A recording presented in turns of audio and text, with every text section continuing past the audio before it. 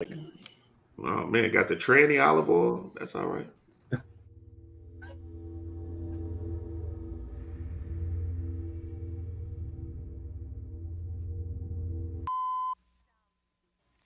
Dumb. Stupid. Crazy. Dangerous. Stinks. In one word, would I use dope? Nope. I smell pot. You smell it? And I asked people to raise their hand if they like smelling their books, and most of them did raise their hand.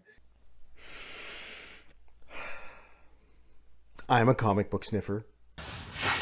Smell that? That's the smell of new comic books.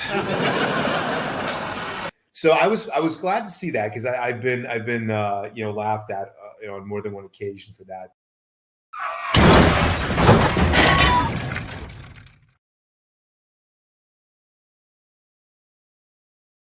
Bryan, from what I've heard, you're using your paper not for writing, but for rolling doobies.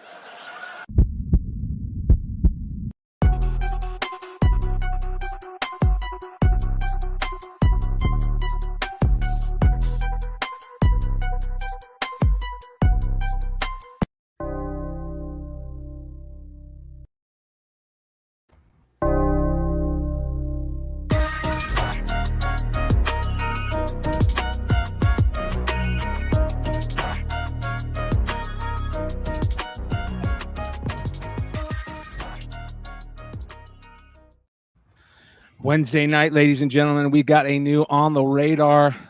The house is full, and we got a good show coming up with you guys tonight. I got Big Leg, I got Trey, I got Vinny, I got Marcus. We're all here, you guys. Man, listen, before we get started, I just want to say, Give me my theme music. I'm back, baby. I'm in here. I know you missed me. It's okay. You know, here I go, baby. Go. Here I go. Here I go. Wait a minute. Hold on, baby. It's always here, baby. Hold on. It's Bobby, baby. Hello. Money calling. All right, yeah. Let me call you back. I'm out here with my boys. Okay. All right, then. All right. Call you back. All right. Amen. All right. Yeah. Let's do it, baby. We out here. How y'all doing? We good, man. Let's get to it. I need to get that. You need to send me that way because we're gonna start doing those intros. Dude, we know what Bryan said that we're gonna have some. We're gonna have some WWE style intros at one point of the music and shit. I have no idea what the fuck I'm gonna walk into. Oh, it's gonna be amazing. It's gonna be amazing. I already know. Yeah, put me on some Razor Ramon. You know what I'm saying? Let me come out on Razor Ramon. Yeah, I'm throwing toothpicks and shit. Yeah, I may come out of some old Shawn Michaels. Sexy boy. Just a boy. You know, the fact that all those kids had no clue what was going on in his theme music all those years in the 80s is still fucked up. Yo, while we're on WWE, I'm sorry. I know we got to get started, but okay, Fred Bird, we'll talk, baby. Thank you so much. Thanks, homie. Appreciate it, man. I finally was watching some of these older episodes because my son is into wrestling, like like how we were back in the day. I guess wrestling is making a resurgence. So he was on YouTube watching some old videos. Man, what the hell was going on with Vince McMahon and the fetish of people kissing his naked ass? Like, I was so confused on these. Bro, I'm looking at the YouTube. He's like, you're going to bend over and you're going to kiss my ass. And the ass is out. He got his ass like really out, bro. Like, I was dude, Attitude Era, man. That's coming. The Attitude Era was a whole new animal. They said the kid shit isn't working anymore. We got Dynamite Wars. We got Stone Cold fighting The Rock, cracking beers open.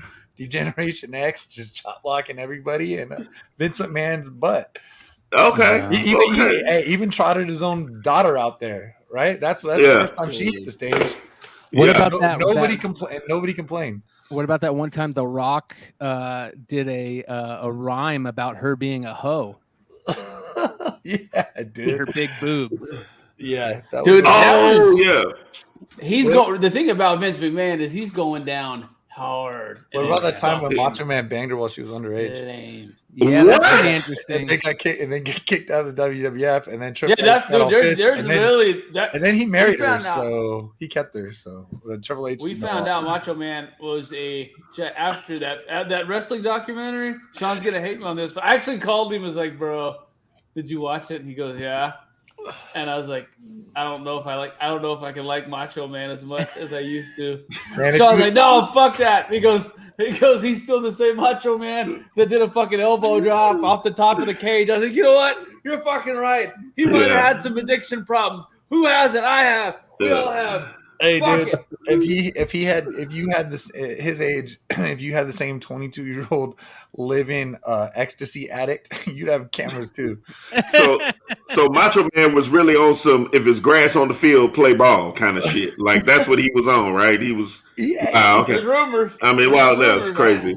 That's crazy. I saw But you this. know, that blonde in WCW, Gorgeous George. I don't know if you all remember that when the interview shit was happening. That's the living. That's like Sean's saying. She literally was a stripper in like the Tampa Bay area. Yeah. And all that they did was fucking do ecstasy. Like they showed like all those clips when they were like on MTV and things like that. They were literally just like, yeah, he could barely stand up or speak. Yeah. He's older. I mean, he's older than all of us. But he was juiced to the gills on. Yeah, but he was juiced to the gills, so he always had he had uppers with his downers. So God, you know dude, that's why he went out like Elvis. Why we like wrestling. People just don't realize why we like wrestling is because of that shit. Absolutely. We knew what kind of shit show they really were. Like it wasn't hard to see when you're in high school what these guys are really doing. I had a buddy in high school that was the biggest wrestling fan I've ever met in my entire life to this day. And he used to on the regular call into Howard Stern as Macho Man. And Howard finally figured out that this dude is not Macho Man. And so there was a little play where he called into not Howard Stern this time. It was Mancow. Who's the guy that used to be? I think it was Mancow, probably right? Mancow. Yeah. He called into Mancow. Mancow gave him Vince McMahon's number, and he called Vince as Macho Man and talked to Vince. And Vince didn't realize he wasn't talking. He thought you can find it on the internet. It's crazy, dude. That's crazy. Awesome. Yeah. While we're on the subject, so as I told you guys, I hit the yard sales, etc. in Atlanta. So I want to say maybe this is like a year ago. I ended up going to a yard sale that was advertised on Craigslist. Go there, it's freaking Raven, the wrestler, selling his comic book. Oh shit! Yeah, so like, we started talking, and he was like, "Yeah, I got more comics inside. You can come and look at them." And then after a while, I went inside and I started looking, but then it was just me in this weird ass house, and I was like, I don't know. I think I'm good. Raven was setting you up for the peaches and cream. Yeah, dude. I don't know. But apparently he's a huge comic book collector. So he had his own shop back in the day. Did he really? I think so. Yeah. Oh, wait a second. There used to be a store called like Raven's Nest. Maybe that was in Atlanta. Yep. That was it. Yep. Oh, I bet it was a nest in there. Oh boy. Yeah. We got some crazy shit tonight. We got to get into it. Vinny ain't shit. Get it trending. Hashtag Vinny ain't shit. Yeah. I love it. No. What are you drinking? Wait, every time I talk to Vinny, he's drinking some fucking sparkling water that I can't even pronounce. And now he's just throwing in Diet Coke. Listen, only rich people drink Diet Coke and Waterloo and all of that other stuff. Anytime Vinny was drinking some shit one day, I was like, what is this? Vinny, what are you drinking, man? It's man, you can't even pronounce this shit, baby. It's this fresh off the Alps of Switzerland. And I was like, damn, Vinny, shit, where you get it? I get it imported. I get it imported, and they bring it to my house. 2 people got to bring it on an ice truck. Like, goddamn, Vinny. Got to switch it up. Breakfast of champions right here, ladies and gentlemen. Breakfast of champions. What the hell is that? Yeah, you can at least tell us what the fuck it is. Oh, some little good old RSO, and you take your RSO. Right. And instead of putting it in your mouth, because that shit gives the worst cotton mouth ever, you put it on a fish pill. Yeah, that's the next level shit right there. What the hell is RSO? Rick Simpson oil. It's full spectrum weed. elixir. It's basically they put the weed in a jar. They put literally 100% like isopropyl in it. It filters out into this black green gunk, and that is the pure extract of it called Rso. That's it right there. It has all the things that are in the plant that are good for you is in that tar oil, and it's called Rick Simpson Oil. Guy, and I want to say Colorado invented it. But it was Canada, excuse me. Yeah, his wife. People. Oh, that's exactly it. So this is how I found about it. Trey knows about this too. I've talked about it before. My brother, bone cancer, not making it through the fucking the chemo. Chemo was wiping his ass out, dude. He was a couple days away from death, and I shit you not. Hadn't eaten in 2 weeks, hadn't drinking in a week, looked like he was on death's door. And all he kept on asking me the whole time he was going through his chemo is like, hey, man, I just want one cigarette. So I had this homie that hit me up, and he goes, hey, I heard your brother's chemo isn't working. I think I got something for him. And I go, whatever, I'll take whatever it is. So he hooked me up with some Rso, 800 milligram pills, right? He goes, give 4 of these to him a day. I go, okay. So I go over there. I go, Chris, I tried to wake him up. I go, Chris, I need you to take this pill. He's like, I can't, dude. I'll throw it up. I can't. I go, I'll go get you a pack of cigarettes if you take this pill. He hadn't been out of bed in 2 weeks. Like I said, hadn't eaten anything or drinking anything in weeks either. I get him to take the pill. I go to get cigarettes. It takes me about 30, 40 minutes to get cigarettes and come back. By the time I come back, he's sitting on the couch eating fucking a bowl of mushed up like fucking enchilada shit.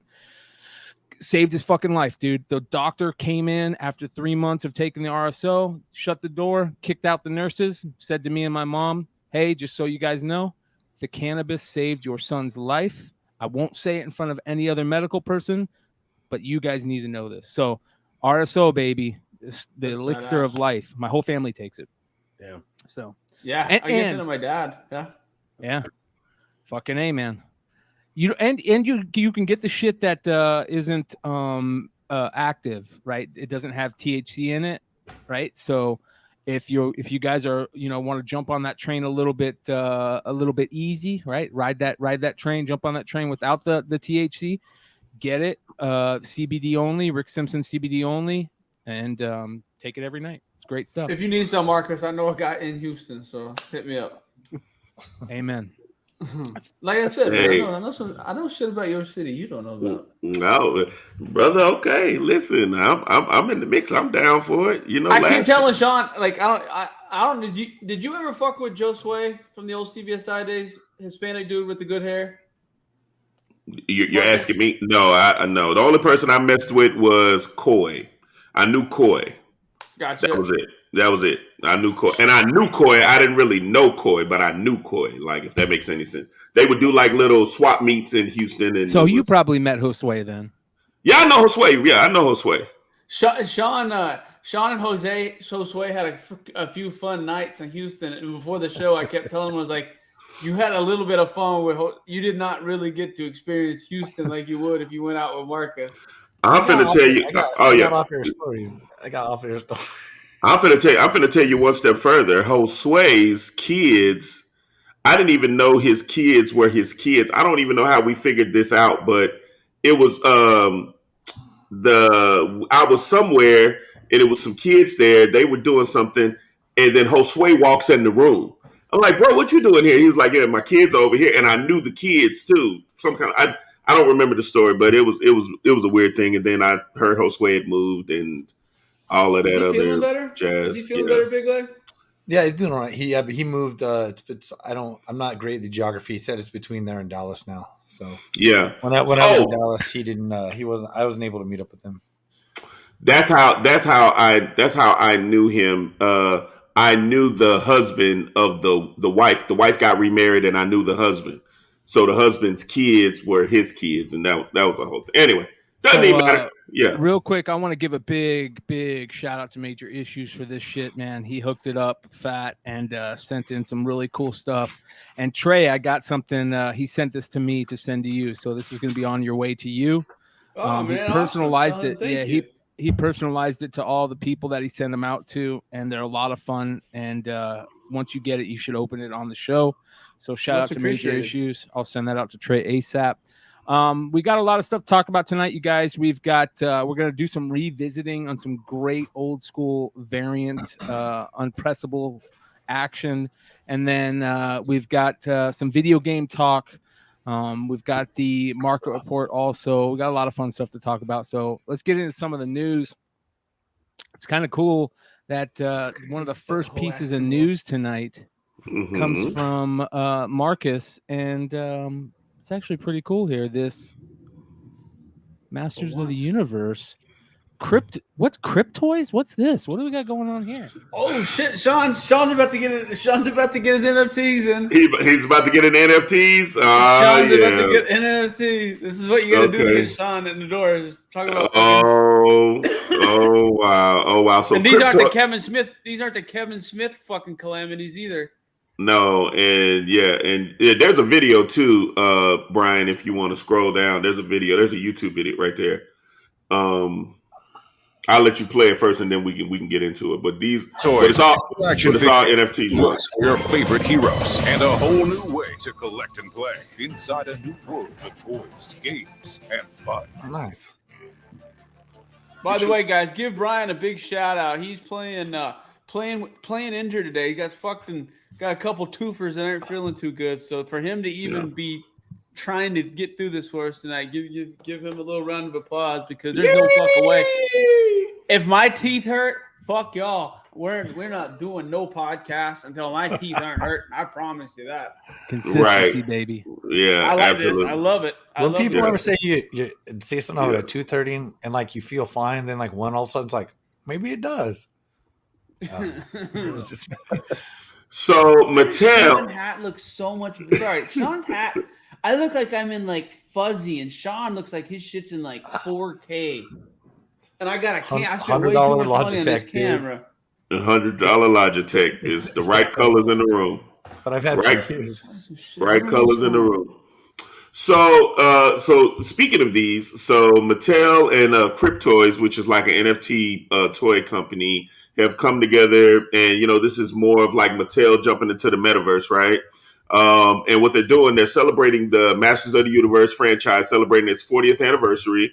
And what they're doing is they've unveiled 3 waves of the first digital toy that's dropping. So it's dropping on November 9th, right?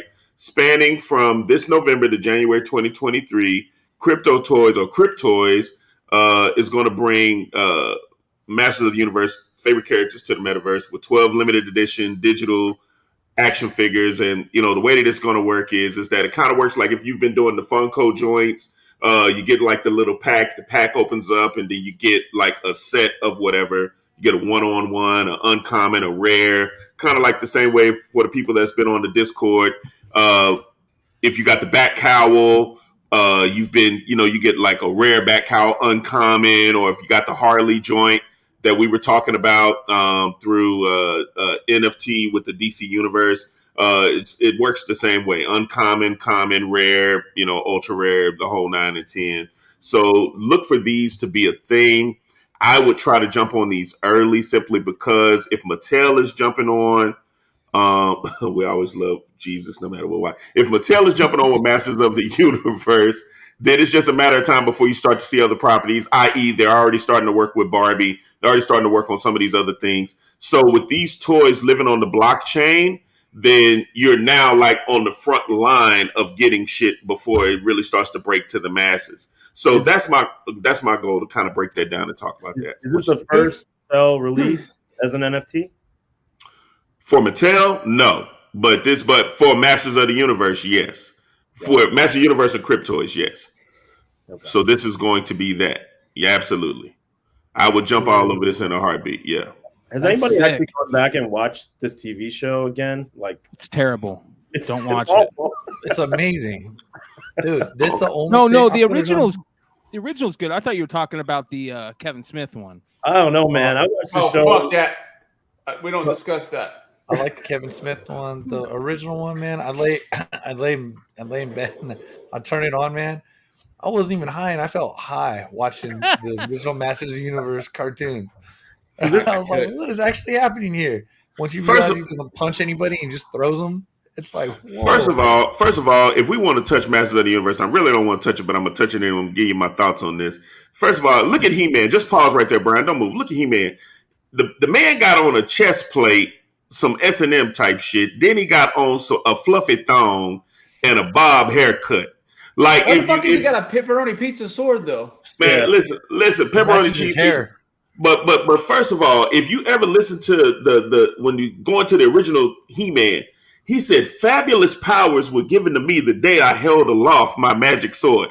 What grown man say fabulous powers were given to me? And he's all in pink and purple with purple draws on over the pink outfit. I'm telling y'all, they were sending smoke signals then.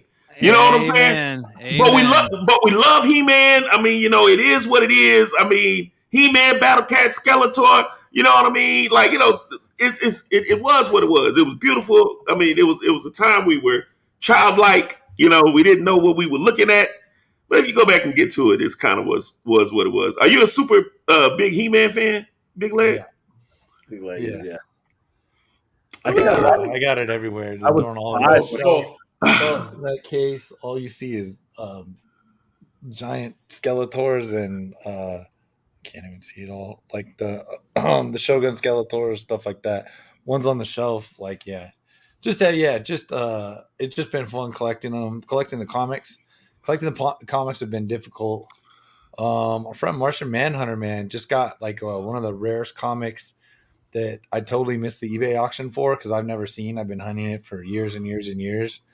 So I did get to press it for him, so I at least got to touch it to know that it existed. So Yeah. I'm a little jealous of my man Martian right now. But What is it? I other gotta see the than cover. that, Can McClay cook it up? Which one is it? it's impossible.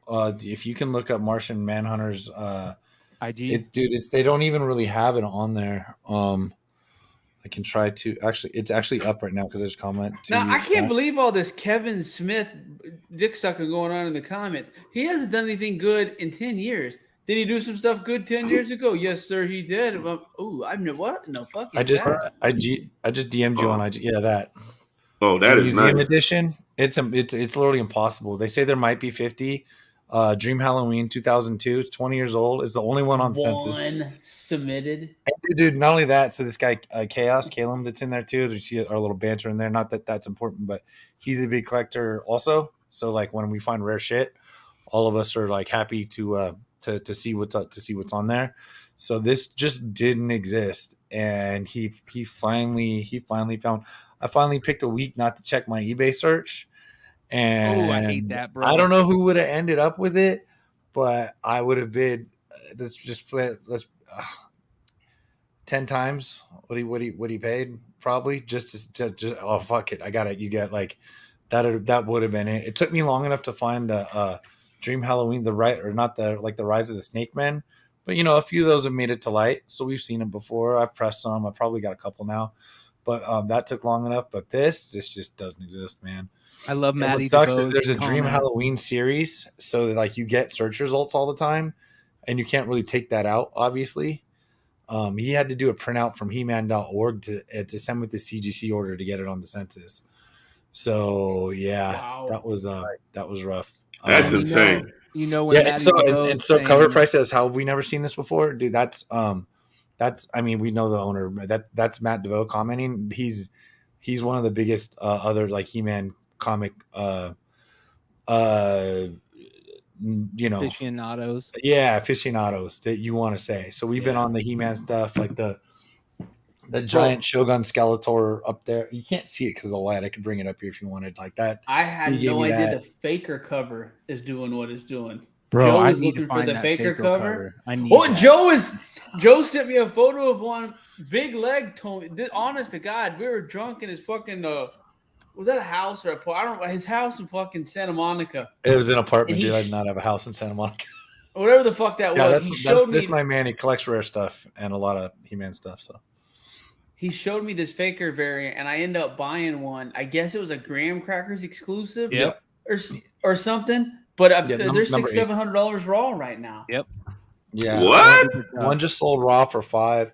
They used to be under that. I think there should be only about 500 of them. people didn't care at first, so they got beat up a little. It's a gorgeous wraparound cover. They've got it would. I could find it. You could just get it offline. I'll find Universe it. 8 Faker. You know. Hey guys, I just want you to know that there's was two people. impossible to find. There's That two was the people same in year this as podcast MD who have been Creations. to Masters of the Universe con together.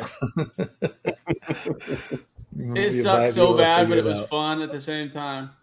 They're always similar, but they did a toy one. They ended it because everything good ended under COVID. So they they moved it on to like a toy. The same guy did like a toy con or some shit in Ohio. But yeah, I mean, I've been to a few of them. Yeah, it's this thing. It's really tough. And when people get them, they keep them. I got Mike Z found one. You could find him in the Chicago area because they're from Graham Crackers. So in that area, you can sometimes find them. You could sometimes find them in the Graham Cracker store. Graham Crackers was killing the exclusive retailer game before even. Yeah, they were early. Knew what that was. Yeah, they have some other cool foil ones and stuff. G.I. Joe. This is the main one. It was the only faker cover, and it almost is now. It's wrapped around. I don't know if you can see the back. The back's super cool. Whatever. If you can't, you can't.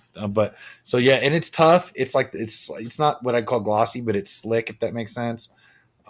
It's so yeah, you could press it, but it's not like paper. So if there's a color break or bend or something, there's nothing, you can't really blend it. You could just flatten it. And so Mike Z's was close. Yeah. Oh. So you see I didn't even fucking know. I honest to God had no idea. Like when you said it was a wraparound, I was like, what? I love Faker, dude. He's my favorite He-Man character by far. Yeah. So this was so that came out. I think I've got a 9.4, and I thought I could get a 9.8 at Baltimore, and I didn't. It's the only book I felt like I got robbed at Baltimore that year. Like everything else, I don't expect everything to be a 9.8, but sometimes you do. I guess some of them you expect. So I thought I had a chance. It's probably crack and resub, but when it's PC, it's like okay. There's one, unless there's one 9.8 out there that no one's ever seen, and that's it. And then I got Ozzy Canseco, Mike Z's got him a 9.6, and I think Martian got a 9.4 if he didn't get a 9.6. You ever seen? I sort of love getting people a higher than me. Ooh. Yeah, never seen that one either. That one's not easy to find either. Yeah, never seen that either, man. Never seen that. Never pressed one. Like you said, I I don't think I even pressed my own graham cracker variant. Yeah, I don't know.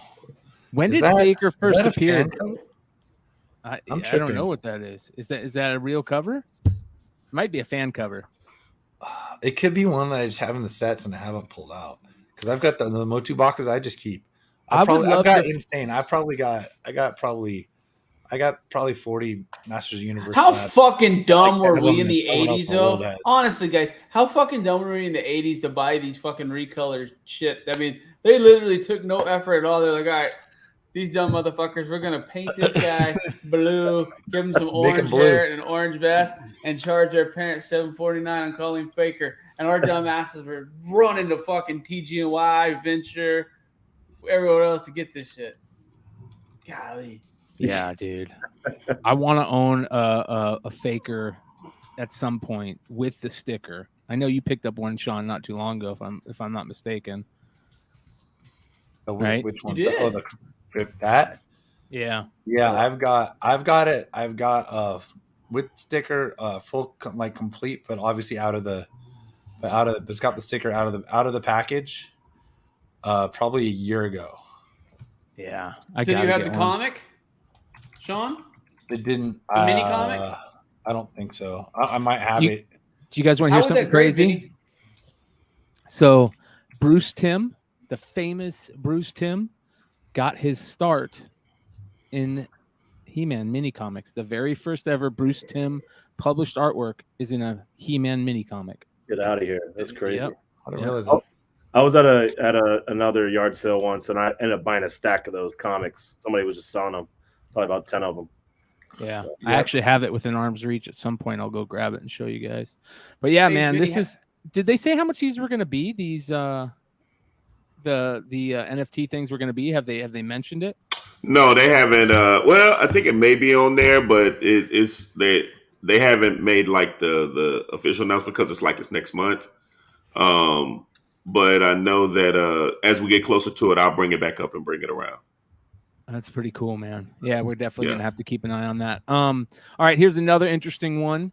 Bicycle cards are getting into the Web3 with a Bored Ape deck. Yeah. So Bicycle Cards bought a Bored Ape back in June, and they bought it for 103 ETH, which is $187,000 at the time.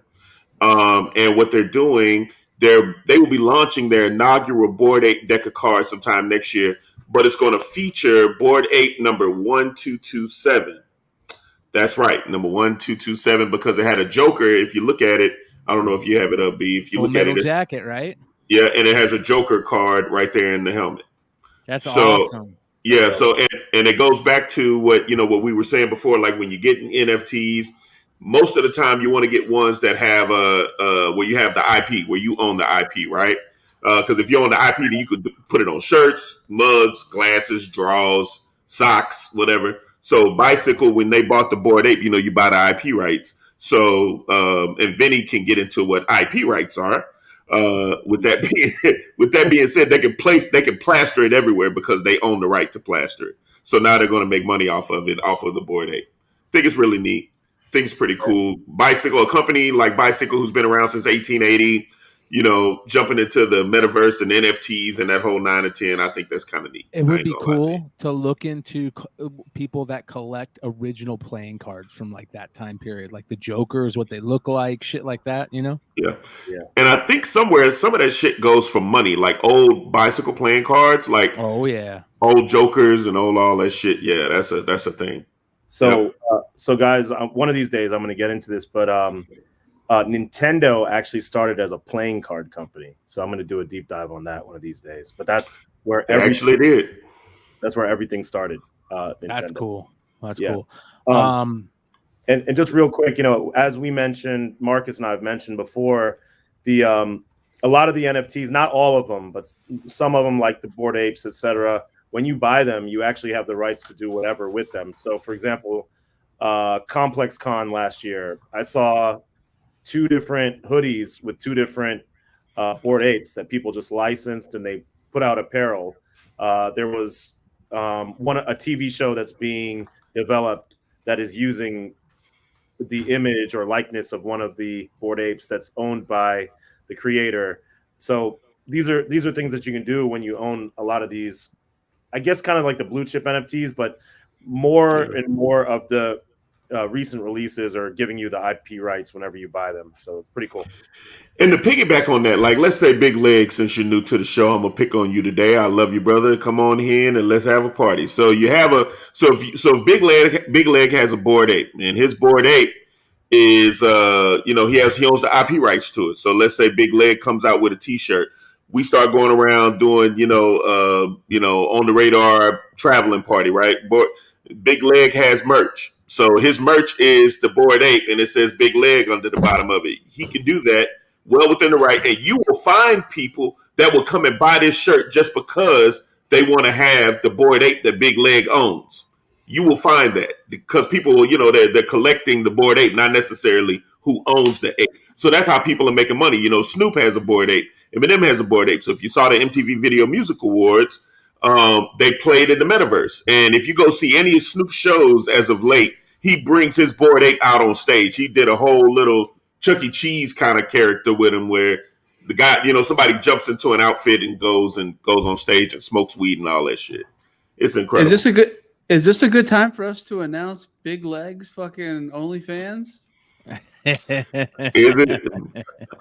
OnlyFans.com /Big Leg. I told him it to be, a pioneer in the comic speculation area. You got to do things that are sometimes a little uncomfortable. So I'll literally turn people into Bored Apes, dude. I don't know about my OnlyFans content.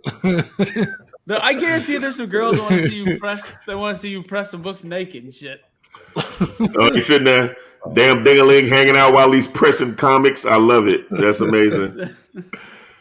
That's amazing.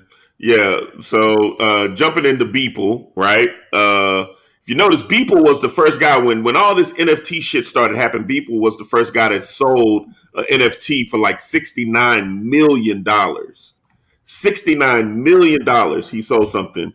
And so Beeple was kind of first to the line.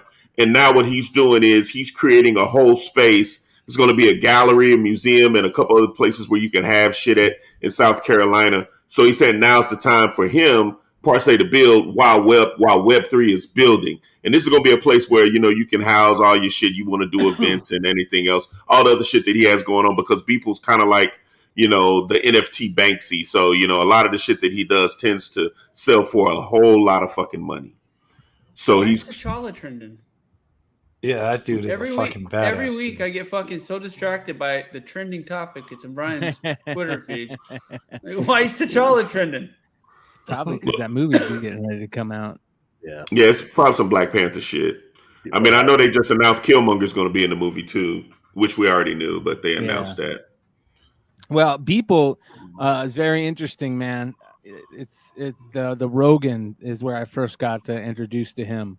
And if you guys get a chance, go check out that Rogan episode. It's pretty interesting. Man, that guy makes a fucking ton of money. That's for sure. He makes a ton of money. And it was a whole thing. Like when Goblin Town came out, they thought it was a Beeple. They thought it was Beeple.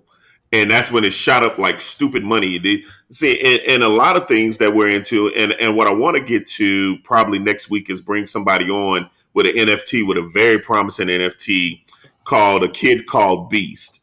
Like that's one that's getting ready to come. And that's another one where you have the IP rights to kind of do what you do. But it's a little character that he's doing. And they already having like deals on the table with like, Lacoste and, some of these other companies that I can't speak about right now. I mean, these companies are making moves and partnering with bigger companies to do capsules and releases and things of that nature. So it's a lot going on. It's a great, again, as I always say, it's a great time to get into NFTs. What is this about this real estate market thing? What's going on here? So with the real estate market, what blockchain is doing now with NFTs, they're making your house an NFT. So instead of having to go through all of the legal paperwork and stuff like that, if you buy it on the blockchain, you bought it. So there's one that just happened. Hold on, let me pull it up because I want to pull it up on my side. I got a homie that he's into real estate, and he does this thing where he goes in with a camera and he takes a 3D thing of your house and he can put that in, and it's amazing what you can do now with that. To where, like, I imagine if you start doing that with this NFT, you can go tour the house, through your NFT and shit like that. So that's pretty interesting. I'm not gonna lie. If I buy a house, I'm not sure if I want somebody touring my house through the NFT. True. True.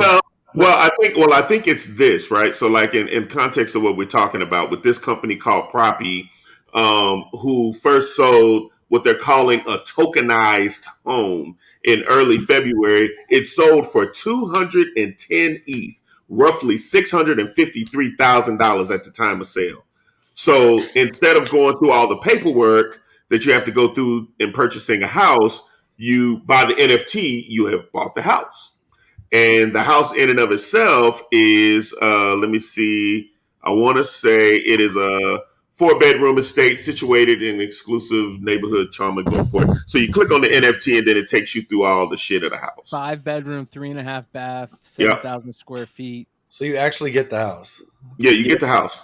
Because I was a little pissed, man, because my house isn't worth as much as that. And I'm fucking sitting in it. I think the main thing to think about, guys, is really when it's used in this way, it's more so similar to a certificate of authenticity. It's really just a way to track ownership and show you who owns this thing. So as opposed to a deed, having it on the blockchain, you can see exactly who had it before, who it was transferred to, and then who it was transferred to after that. So it's kind of a way to really keep track of it and say that you own it. That's why people are doing it with collectibles these days. So if I theoretically walk up to you and I got a pistol on me, and I put it in your back. I say, open up your wallet and transfer that NFT into my OpenSea account. Do I own a house when I run away? I mean, first of all, let's just be for real. I mean, and I think that's why a lot of this shit is on the blockchain, because nobody is just with a gun in your back. Drop this in my OpenSea. Like, they're not. If they're fucking doing house and shit now. Yeah, might as well. Well, how you know? But how do you even know how much the house is? I mean, it goes into a whole nother. There's certain cities in America right now that you can do whatever the fuck you want to without a violent crime and get free. I'm not gonna sit you. Well, let me say this. It's time to start fucking robbing. Okay, so I understand that the purge is coming. I'm clear that the purge is coming. I'm not here to dispute that. What I'm here to say though is that if you come up to me and I got my wallet on me, and you tell me, you put a gun to my back and say, put all your NFTs in my MetaMask wallet. Yeah, you might have to go and take me out, Jack, because we got to sit here like this for 15 minutes. Well, I got to log in first, and I got to. That's a whole dance. Yeah, it's not just tap and go. Yeah, I think the other thing is it's actually worse for you as somebody who's robbing somebody, because you know exactly where it went. Like if I come up to you and I rob you for your wallet, get your cash, I can leave. Nobody will. Maybe they won't find me. If I transfer it to your wallet, it's on the blockchain, baby. And so not only that, you are what's called fully doxed. That's what you're fully doxed, and that's an NFT term, meaning that we know exactly who you are. You're not hiding behind the NFT property or project that you're trying to do, right? So Shout it's out like CoffeeZilla and Mudahar on that shit, man. Man, yeah. So when you're fully doxed, that means that you are who you are. Like right now, we're fully doxed. Bryan is Bryan, Big Leg is Big Leg, Trey is Trey, Vinny is Vinny. I'm me. You know who I am. You see me in the streets, holla at me. That's what it is. We're not hiding behind anything. So that's all. I want to see I want people to start posting random videos of Marcus in the streets of Houston, getting photos with him and shit, just to start fucking his day up. Just to piss him off now. You guys see this shit? I don't know if you guys noticed this. We've been talking about this for a while, about hip hop artists and bands out there getting in the comic thing. Chuck D getting in the comic game. Yeah. And he's drawing. He did art for this. Look at this shit, dude. This is the art that he did. That's respectable if he's doing the art. If it's not just some bullshit project like fucking Ghostface Killer and half the shit he promotes. I mean, literally just putting a name on something. If you actually put your hand like he did, obviously that took a little time. Look at those pregos in the middle. Yeah, it's kind of hardcore. It reminds me a little bit of some weirdo Ben Templesmith shit right here. It is a little Templesmithian. Yeah. So, but it's still look cool. at the girl. Look at the girl twerking and spreading in the bottom left. Dirty water. Yeah. Oh yeah! Wow! Yeah. I feel like she about to get smashed by the bus, baby. Back. She about to get hit. Yeah. This is like a Rorschach test. I totally did not see women twerking until Trey said that. I know, right? It says Rogue State, the new activist comic book series by Matt Pizzolo and C. Granda for Black Mask Studios is out the 9th of November with a special image drawn by Chuck D and woven directly into the storyline as a street art mural within the comic itself. That's kind of cool. And an homage to the Mission District's history of socially engaged public art. So that's pretty dope. That's pretty cool. Yeah. I bet Chuck D didn't want to do that photo at all. Absolutely. You're like, come on, hey, you're like, come on, Chuck, let's pound it out and get a photo. And he just like, do we really have to? Like, yeah, no. No. I guarantee you he didn't feel good about himself after that. Oh my god, dude! He's legit already laughing right at him. So it always makes me laugh, like when you see guys get a photo with a fighter and they have their fist up next to the fighter. It's so fucking weird to me.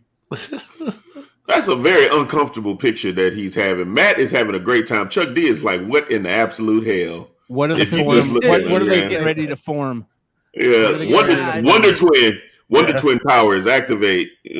I look at this picture and just think ebony and ivory. It's Those It looks Oakley like blades. why does Chuck D have on like fucking construction safety glasses on his? That's what I said. Are those hat, Oakley too? blades? What's going on over there, dude? Man, he got them from Academy, baby. That's where he came from. Academy, right to the Comic Con and dapped them up.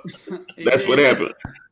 Oh, He's like, this is what these white comic dudes wear, right? All right. That's what they wear. Oh, okay, Yeah, cool. yeah. All Look, right. Chuck D beating the system right here. He got on the Samsung Apple Watch. He don't even got on the real Apple Watch. He got on the Samsung watch. Hey, I'm rocking the fucking Pixel watches came out last week. I was just about to Hold say on. that. That Yeah, Pixel yeah. watch is nice as hell, though. Oh, Yeah. real talk. That Pixel watch is real different. And I seen it in the Louis Vuitton store. That's All right, what Vinny. Louis Vuitton All right. does. Extra credit, Vinny. What video? What video? What? That's Diddy. That's Diddy and Mace. Diddy. Come on, I don't remember which record. come on, That was Marcus. the Biggie- Marcus wins as usual. Biggie. Been around the world. More money. No. Oh, and more money, more problems. That's right. I gotta You get better remember? on my Throw your my- rollies in the sky, wave them side to side, keep your hands high. Yeah. Give you. While I give your girl the eye, play a plead. Never mind. Okay, go ahead. I'm out. I only put out like a few big videos. You're right. So, Let's take a jump back in time to a couple of years ago. Old school unpressable defects cornbread right here. That big leg kind of held to himself for a long time, but it slowly got out.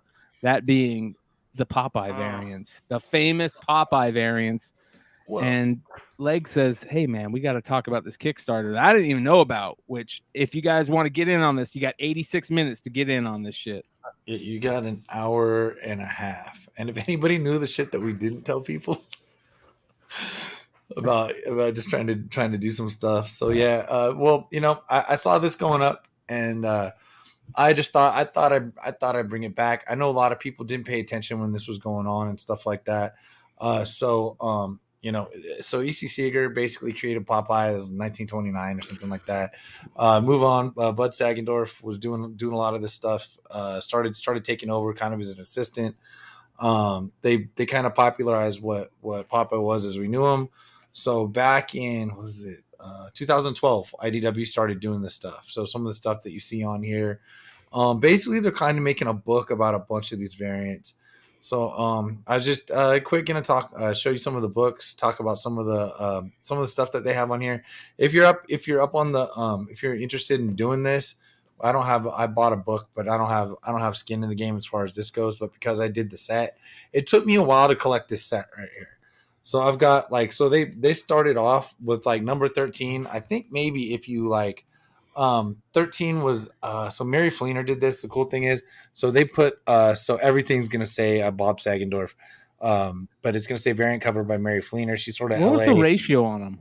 They're all 1 in 10s. 1 in 10. But this is classic Popeye. These are Popeye reprints from the 40s and 50s. So it's 1 in 10. That's a ridiculous ratio. You know what I mean? That's absolutely kind of crazy. And so I think at 13 they probably started doing this. Well, somebody had a good idea after a year. Also probably to try to sell some of these. So this is the first one they did. So 1 through 12. And guys, this is just classic Popeye. So there's a number 1 variant, but it's regular Popeye. Number 2, not. So I was going to just show a few of the favorites that. What were these when you were first getting into this game and you were picking them up? What were they selling at on the secondary market? Do you remember? Nothing. Nobody knew they were out. Nobody gave a shit.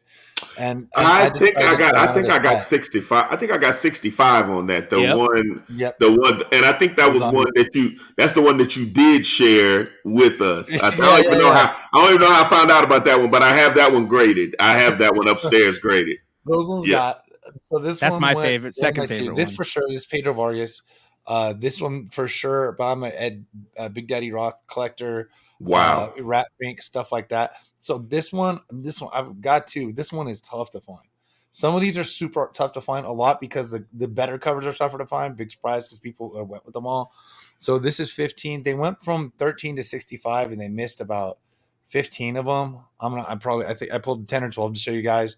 I mean, some are good, some are whatever. There's a lot of Latin artists, underground artists, some deceased people, not tons of traditional artists. When I pulled 17, so we've got Chogrin did this one. Chogrin did this, and it's all just different takes. There's a lot of psychedelic sort of sort of looking stuff. Sarah Hensley doing this one, right? Love that. Yeah. I Yeah. love the Wow. It is just awesome, man. And they are, see, she signed right here. So, well, I mean, it's not this one. You know what I mean? It's printed on there. See, these are shit. They're like paper. Like these are not comic book. They're almost the same, about the same as the inside paper is on there. It's not thick. It's tough. This one was selling for a lot. Steve Mannion did this, right? So Mannion, he's actually a little bit more famous artist, and this one I think is really great. I think I got this off his eBay, and I think he about shit his pants when he put one up for auction, and there must have been somebody else besides me who really needed this, and it went nuts. So this one for a bit was about $300. It's probably still over 200. The whole set. This one, this is Nate Baird. I mean, I only pulled this one because they're using this for it looks like the cover. So I yanked that one sort of look at. Some of these artists I don't see a ton of, and some ones I try to research. Not Luna Yang, Asian artist. Like, look at this olive oil. Like, you're not going to see stuff like that. Right? Cool. You're not going to see. Yeah, you're not going to see a ton of this stuff. These are fun to collect. There's about 50 copies on eBay. Not of this, but like total. If you search classic Popeye variants, I did say it's like 50 books for sale. None of them are mine. Here's my second favorite. This is Kelly Jones though. He did Batman, Sandman. This Kelly Jones. He had a lot of black and white stuff. So this Kelly Jones. This is tough. This is about a $400 9.8. And there aren't too many of them around. And yeah, absolutely. This one's stunning. That. This is impossible to find. The only 9.8 that come up, our friend Daryl Miller bought years ago, and I saw how he grabbed it. This one got a love too. A little Jay Foskett, My Little Pony, Fraggle Rock. So a female version of Popeye. I am what I am. I don't know if that yam is a innuendo or not, but you know what it is, baby. You know what it is. It says yam twice. That's all it says. Yeah. This too. This one's kind of cool. This probably came out before 2016 or right about the time. But George Wildman was actually a Popeye artist for a long time and comic book editor and director for a long time. So this is art that he had done like that. So I threw this in there. Let me see. Steve Purcell, he created Sam and Max and worked for Pixar for a while. He still does Pixar in video games. So Sam Purcell, sort of famous with this. And the one that Marcus brought up, I had to bring it up because by the end there was 65. So the cat got out of the bag for this. It's cool because it's a zombie. But the thing is, people are like, "Oh shit, nobody ordered this thing," and it wasn't me that somebody else like brought this one up.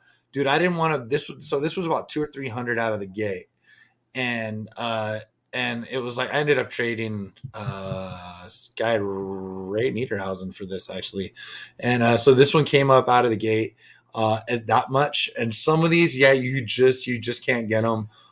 Someday I don't have too many duplicates. I think I sold most of the duplicates that I have. I've got a couple duplicates of 15. I think I want to try to suppress engrave them, but I always say that about my PC books and get lazy about them for years. So yeah, if you want to hit back on the on that throw that Kickstarter up, Brian, just the webpage, sort of scroll down. So this is until 9 West Coast time, so an hour and 20 minutes. So I did the math on this earlier. I added up how many things have been bought. So if you look on the right, it'll say how many backers down the right. So I added up 413. So I don't know how many people. It's going to be tough to put this whole collection together, to be honest with you, because it took me a long ass time, apparently like for years, to get them all. So these things. But if you look at this, they're going by the prices on eBay. Of course, this is that kind of show. I got to point it out. So they're going by values on eBay, asking prices on these books. You know what I mean? So so these are the stickers and stuff. So that's the good old the book for 40 is what I bought. I didn't buy the stickers. I don't need the comics, obviously. And so yeah. So if you scroll down, they're selling out of these ones. Like, so those ones that I just showed, those go. They must have had a bunch of those. The classic number 33. Oh no, limited to 2. They sold that one cheap, probably because it was cheap on eBay. And the ones that without as cool colors sell for less. You know what I mean? It's just that's how that goes. And some happen to be scarce. on eBay at 99. Yeah. If you look at the ones down there, they start telling you the ones are worth more. Listed on eBay at 150. So they're going with that, but they sold them. So there's 3 for whatever reason they didn't sell. This one's probably because that cover is kind of whatever. But look, so they're going by the eBay asking prices to sell these bundles. Nobody's bought that one. Somebody bought the $1,000 one though. I'll tell you what, if anybody wants to pay that rate for my like 40 issue collection over here, we can multiply that out and they're for sale. I'm not in here to sell it, but I'll tell you what, if they're selling these at $1,000, man, I had my fun already. $40 on Etsy. But let me say, so they don't have 65 on there though. Like, is 65 like the book? It might be in the book. Obviously, they're not going to show you everything that's in the book. They probably use all these. Actually, 65 is it may be one of those postcards. If you look at the right center right side behind. Yeah, I see it. Yeah, I see it. So I don't. That's the comic on the dude. I think they just got whichever ones they had, or some of the artists. They just kind of put it together. I got it. Sold by Yo Comics as well. So they had IDW had some backstop, and I was kind of picking them off eBay and stuff like that, and was talking to a dude about which ones, and he tried to. Anyway, I had a guy. So IDW was trying to sell their backstock because they had backstock because not a lot of it, but they had backstock because stores weren't ordering 1 in 10s, and they were only giving them out to the 1 in 10. Some guy tasked with selling them, and I helped him a little by helping myself, and it was stuff like that. So. Yeah, I would have, and that was not that $1,000 shit was not sold yesterday. That's my favorite one. This one right here. Yeah, that's awesome. I almost yanked that one today too. I just didn't do them all. It's Casey Welch yet. Yeah. So 44 right after. Sean, that's gorgeous. If you're looking for these like just in the wild, is this something? Or are these books ones that would be in like the children's section at stores, or where would I'm not? I would think so. I don't even know if the stores I had, even living in LA, at the time these were coming out, because we didn't have the stores I was at weren't like massive stores. And LA is just real estate wise, it's hard to open anything massive. That's just a fact. So I would assume maybe they'd be like in the kids section. I don't know. It's got to be tough to find these in back bins, man. And there's a ton of them. Like Sean said at the beginning, there's how many of them out there? 60? No, maybe 50. Probably. My brain says 42 because it's 65, 13 to 65, and they didn't hit them all. They missed a bunch. They missed at least 15 or something. So my brain wants to say like 42. I could be off, but it's something like that. Call it 40. Check these out. Here you go. Here's a bunch of them. So you guys can see them all. Yeah, obviously the ones that have 2, and the other ones are just the Sagendorf covers, and I didn't bother with those, even though much love. He did all the interiors. I don't feel so. Yeah, you see any of the ones on the right are the variants that I didn't pull up. So I've got them there, and these are in the original bags and boards. I got them. Sometimes collecting some of the PC stuff is just fun for me. I don't make it, where I don't need every I didn't need every Popeye book going like a Mylar and a fullback or something like that. Let's see if they're available. Yeah. No, because they're part of that Kickstarter. Dude, whatever's left is on this Kickstarter. I guarantee you that's all they had left. Yeah. Or they bought them, or the ones that said they were cheaper on eBay, they bought off whoever had them on there. Like I said, there's not much on there that's like cheap at all, and especially the good ones, man. So. If you guys want to get into it, yeah, you got an hour left on the Kickstarter for $40. You can look through it. I got to assume they'll probably put every one of those covers in there, a bunch of original art. I ordered one. There's only 400 of them. It looks like 413 if I added correctly sold, and that was it probably right before like 6:30 or something tonight. So I'd say children's section. I gotta imagine it's the old comic strip versions and stuff from 1948 and up. So it's not so obviously that wasn't a seduction of the innocent trial books or anything like that. Yeah. So I think we're doing. I love because it reminds me of that time period when speculation in comics, it was like that golden age for us. And it was just such a fun time when you would find out about these books by people saying, hey, did you know about this? Or, hey, look at this. I found this. Do you know what this is? That type of thing. So, yeah. Dude, the problem is I'm gonna keep bitching about it. It's the fucking store variants. Like I was going around looking for first appearances.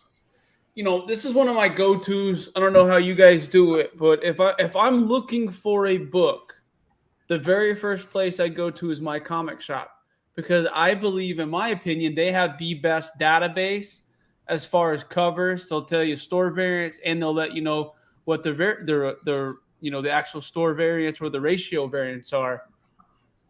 And I was looking, I think it was Detective Comics, like 1050, just stupid books. There were so many store variants. They're just like, why? Why 1050? Well, they don't list them all. They list the ones that they get, or if they buy a collection, they have to figure it out. Or quite often people will grade those, or the stores will grade them and send them over, or the stores will sell them like excess. So they don't even. They're not the. I agree that is the first place I look. It's the best. The best. I don't know the best catalog. I don't know if there's the greatest place for the store variants or not. And I almost don't care to tell you the truth. It's rough, but you know what? Here's the deal. I think we're gonna see, to a degree, we're gonna start seeing less of them, especially on the Marvel side, because people are having to eat their money, man. You know, if you don't have one of those hookups, like one of the mega artists, you know, some of these stores, you know, they don't pay their tabs and turns artists off, or the artists can make their own stores and their own variants, the way JSE has done all these years, you know. So I don't know. I think you'll see the way, you know, sales, economy, blah blah blah. I think you'll see just a few less, at least for the Marvel side of the store variant. You see a lot for the independent books these days because it doesn't cost as much to make them, and they get you a don't lot have to do as many. Yeah, you can print 300, 500, whatever you want, you know. Which is fine. My issue is that they've done so many homages over the last 5 to 6 years that they've almost made it where there's like, and even 3, 4, 5 years, even 10 years, what could you go back and homage that hasn't been done and overdone? Yeah, they've killed the homage. They killed the homage, and I think the homage has killed some of the original covers.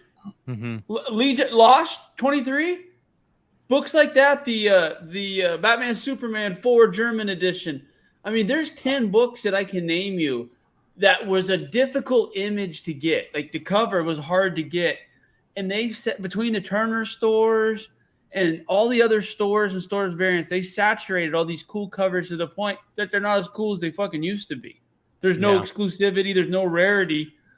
And that's the problem. I mean, I don't understand what the draw is anymore. I did at a point, like, you know, if it was a cool cover by a cool artist, like some of those Matina stuff, and I was big into that, loved some of that, but like now they just do fucking books just to do books, we're going to destroy 500 of them with a flamethrower live on this app that we pay people to do. You know, it's just fucking stupid. It's like, why don't you just print 500 of them? Why the fuck are you destroying 500? Yeah. You know what it is? I'll tell you what it is.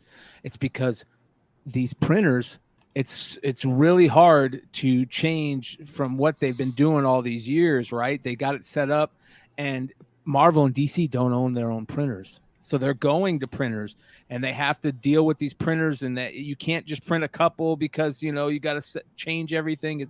It's a fucking nightmare, man. And here's the other thing. And I want to be very clear on this. Shout out to Thorough the other night. I was watching Thorough's show, and he was talking about the ASM 300 Mexican foil book that they supposedly brought in from Mexico to sell at New York Comic Con, right? The Comic Mint did. And they sold, and they are taking heat for it, right? So the Comic Mint's in his chat at the time, right? And Thorough's talking, you know, saying, hey, what's going on here? Comic Mint's in his chat. And I've been trying to get the Comic Mint to come on this damn channel for weeks and weeks and weeks. And that is what we want. We want these retailers to come on these shows. We want transparency. We want to know how many did you print? How many did you destroy? How'd you destroy them? We want to know that shit, right? We want to know, are you on the up and up? And I know, I get it. I get it. Sometimes it's tough to come on some of these shows and take shit and this and that. But if you're on the up and up and you have nothing to hide, it's only going to make your shit better. It's only if you do the COAs. Otherwise, like that's basically it. And whether or not you gave out comps. To get these better artists, anybody worth their salt, you're gonna give the artist a portion of the print run. Normally, in the past, people don't really count the comps in the print runs and stuff like that. I don't know completely what's going on with a lot of with the store variant stuff. You know what I mean? You could be like, oh, the only so many of these books are printed, but then they don't necessarily count the comps. But the comps aren't that much that you have to worry about in the long run. I think it's whether or not they do a COA. If they don't tell you the print run for Marvel, we all know it's 3,000 and 1,000. That's it. Mm-hmm. They're printing 4,000 of the books. That's it. Was it 1,500 or 1,000? It's 1,000. I think the easiest way to deal with this is how Marvel did some of their books at New York Comic Con a couple of years and San Diego. Is just number all the variants. Just number them. 3,000. That's it. Yep. Yeah. That's good. Yep. Yeah, just like cards and just like cards, they're printed on there. If they print them on there instead of write it on there, you're still looking at a blue label. Might say manufactured with 3 of 3,000 on there, but it is what it is. Yeah. The blue label is important, and even so, CGC can work with people. Like you can write on every single page inside of a book, but if you write 1 of 10 on the back, it's in the spot green for label. It, like that's up green label because you wrote it outside, not inside. I mean, I'm sure this doesn't happen much, but it's the same concept as fine art, right? Like when people put out prints, they typically number them. If they're an open edition, they don't number them, right? And I don't think we have comic people who are just printing extra copies of books, but it's totally possible, right? I mean, if they fucking A, we do. So more fucking A. They are doing it, bro. Look at that. Look at what the shit that happened with Nick GQ. That shit that happened over this last week, where he did an exclusive with some other outfit for Florida, for a con in Florida. They went and took his logo off the back and reprinted like another 100 copies and sold them at New York Comic Con.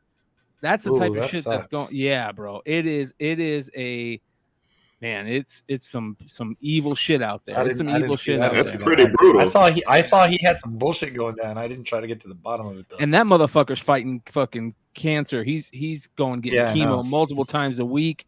You know what I mean? Like that's shit he shouldn't having to be deal with, and none of us should be having to deal with that shit. So again, transparency. Give us the fucking transparency. We want to see. It's funny because Comic Mint's like, we'll show you receipts. Whatever you got, whatever you want to give us, I want to see it. I want to see what you got going on, though, because here's the problem: when they advertise Midnight Suns #1 In-Hook Lee Magic exclusive cover to only 800 copies, but 4 other partners are saying that 800 copies too. It's like I don't believe you. I don't trust you right now. I know that Marvel prints 3,000 of those. You're sitting on 1,000 virgins. Like, what's going on here? What's the play here? Be honest with us. So, 1, transparency. That's the fucking key. 2, it better have some fucking fire art if you're going to print an retailer exclusive, in my opinion. If you don't got that fire art, don't even get it anywhere near a printer.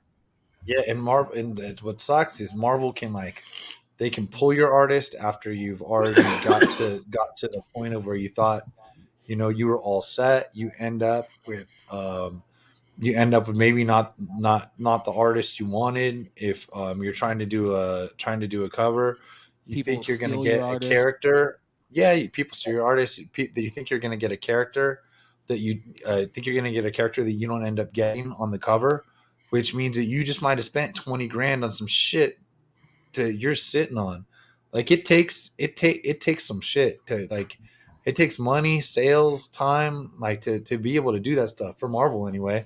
You know, not that it doesn't take time for something else, but just quantity. You know what I mean? 4,000 versus 400 is just math. Here's another important fact. I'm not gonna say fact, but what I think it's pretty damn close to a fact is that the if you're transparent with us and you're open and honest, we will rock with you. We will buy your shit. You will get more buyers than you would if you didn't. You know what I mean? People are going to spend their money with you if you do that shit. If you're on the up and up and you're respectful, we're gonna want to shit. And then other people are gonna talk about, hey, this is a respectful dude. I respect this dude. Look at how we talk about Drew from Wanted Comics. One of the most stand-up dudes in this whole hobby. And I don't know a single person. I do know one person, but that dude's a douchebag. But other than that, that will talk down on that guy's name, right? There's not a single person that I respect that will talk down on that person's name. So that's the type of stuff. And we'll tell you, hey, this dude's got a fire book. By the way, go to Wanted Comics right now and pick up their Creepshow variant by David Mack. Yeah, that thing's badass, dude. Fire. And if you ever seen a David Mack cover like that, let me know. It's not white. There you go. Yep. There you go. Thing's gorgeous. JH down there in the fucking comments he said 3 really smart things in a row, and they're really basic. Quit buying this shit, guys. Why in the fuck would anybody? Honest to God, I want anybody. I mean, here what's great is our audience is a smart audience from what I've seen.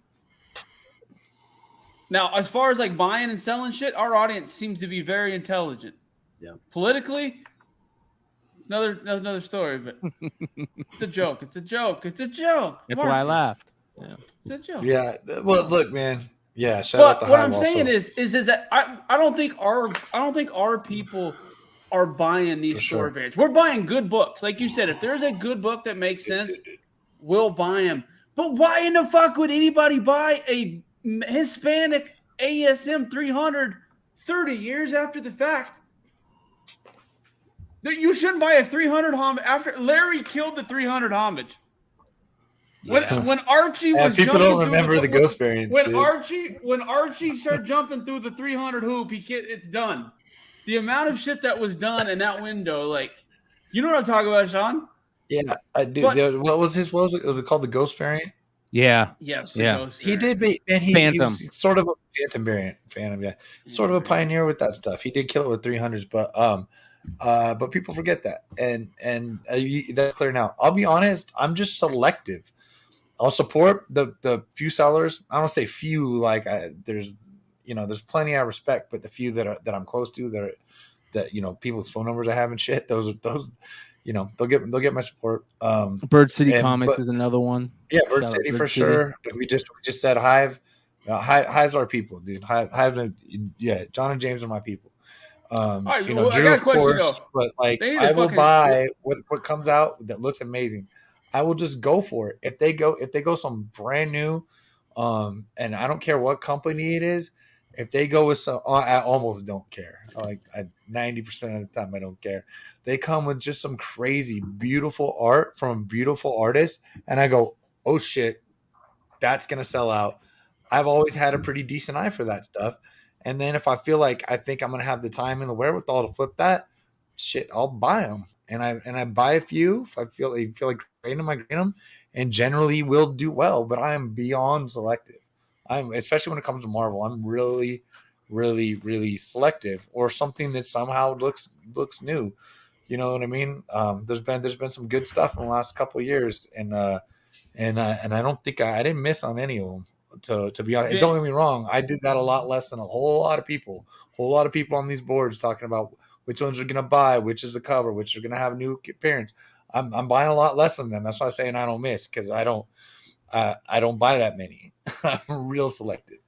Guys, Vinny, can you guys name a single spec book that has, honest to God, I'm being serious, take friendships out, anything else. Can you name a single retailer variant that has a good spec book or a first appearance or something that is coveted right now at this moment? And I was the Bird City shit. I ordered some 8 billion genies. 8 billion genies, Bird City. Well, I ordered that shit 70 days ago. I ain't seen shit. So they need to ship that shit to me. So I'm the kind of guy who will fucking start writing. There's not many of them. There's definitely not many of them. Yeah, there's only 500 of them. Yeah, and 2 of them are supposed to be sent this fuck away, and I ain't seen or heard nothing from them. I'll give. They get your money first. You know what I mean? They get your fucking money first. It's like, yeah, we'll ship this shit out, and then NYCC comes and goes, and you see everybody else fucking holding copies of it. It's like, cool. Y'all got my money. Where's my shit? I won one in a raz. No shit. We gave one away on this channel. So, all right, let's get into some different stuff. Let's get into our bread and butter over here, which is Vinny and his video game spec, ladies and gentlemen.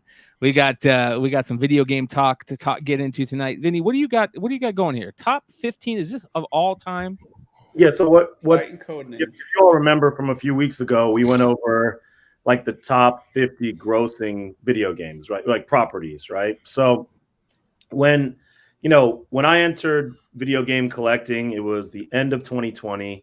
By that time, all like NES games, SNES games, a lot of these things were just already through the roof, right? So I wasn't going to jump in and spend $5, $10, $50, $500,000 on a video game. It just didn't make any sense to me. So I was just thinking about what are good games to collect? What are some good things to target that may not be the most obvious games that we grew up with? You know, I mean, not saying that it's not the same property, but what else can we look for? So, you know, when I went through that list, I was thinking about, okay, these are the top grossing video games. A ton of people collect with them. They evoke nostalgia. And because they are also top grossing, they're also going to have longevity, meaning these properties are probably going to continue putting out sequels and sequels and sequels and sequels. So these are things that generations down the line are still going to be, you know, interested in and seeking out, kind of like those first games. So I just kind of wanted to go through some of those on that list and give you all some games to target. So Sonic the Hedgehog is one of them.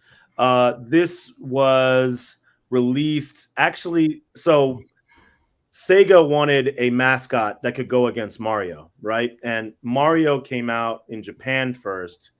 Of course, Sega is a Japanese company as well, but they were like, okay, we're gonna make this character, we're gonna make a game behind him, and we're actually gonna put it out in the US first because all the sales, you know, a lot of the sales were being generated from United States at the time. So Sonic was originally released in the United States June 23rd, 1991. It was actually also released in the EU at the same time, and Japan was actually a month after. Do you have the back picture of this game? I do Bryan? not. This is the only one I don't have the back picture of. Okay, so if anybody is out looking, even if you don't find a sealed copy of it, even if you find a CIB copy of it, and you just want a copy of Sonic the Hedgehog, on the bottom, there's a black border, of course, going around it. If you look on the back, on the bottom, there's typically going to be some text in that black border right on the bottom. You want to look for, if you're looking for the earliest print of this game, you want to try to find copies that have no print, essentially no print on that black border. Gotcha. So that's how you can really target the first prints. The other kind of thing I would recommend is if you're looking inside, a lot of times the cartridges don't match up with where it was made. Like, so if it says made in China, made in Taiwan, made in Japan, the cartridges don't always match. So people, you know, just threw things together and said, oh, it's Sonic. Let me put it in a clamshell and sell it as a complete in box. So that's something else to look out for. But of course, Sonic is an iconic game, and I just wanted to point this one out. All right, next on the list, Metal Gear Solid. Metal Gear, love that. Yeah, so Metal Gear Solid, I really loved this game growing up. Of course, many of us know about the United States release of this game. It did come out in Japan first. It came out actually a month prior in Japan. This was the premium package you could buy. So there were two versions you could buy in Japan on release day. There was the version that looked similar to the US version, just the jewel case.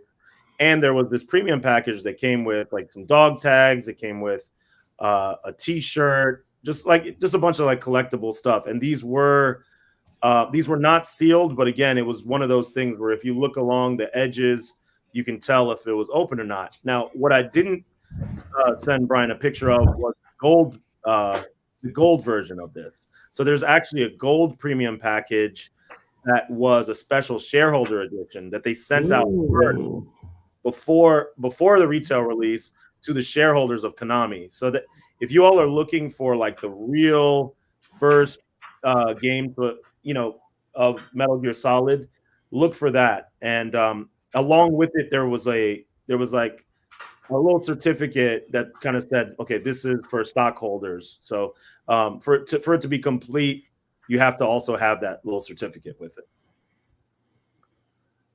Tomb Raider, of course, awesome game.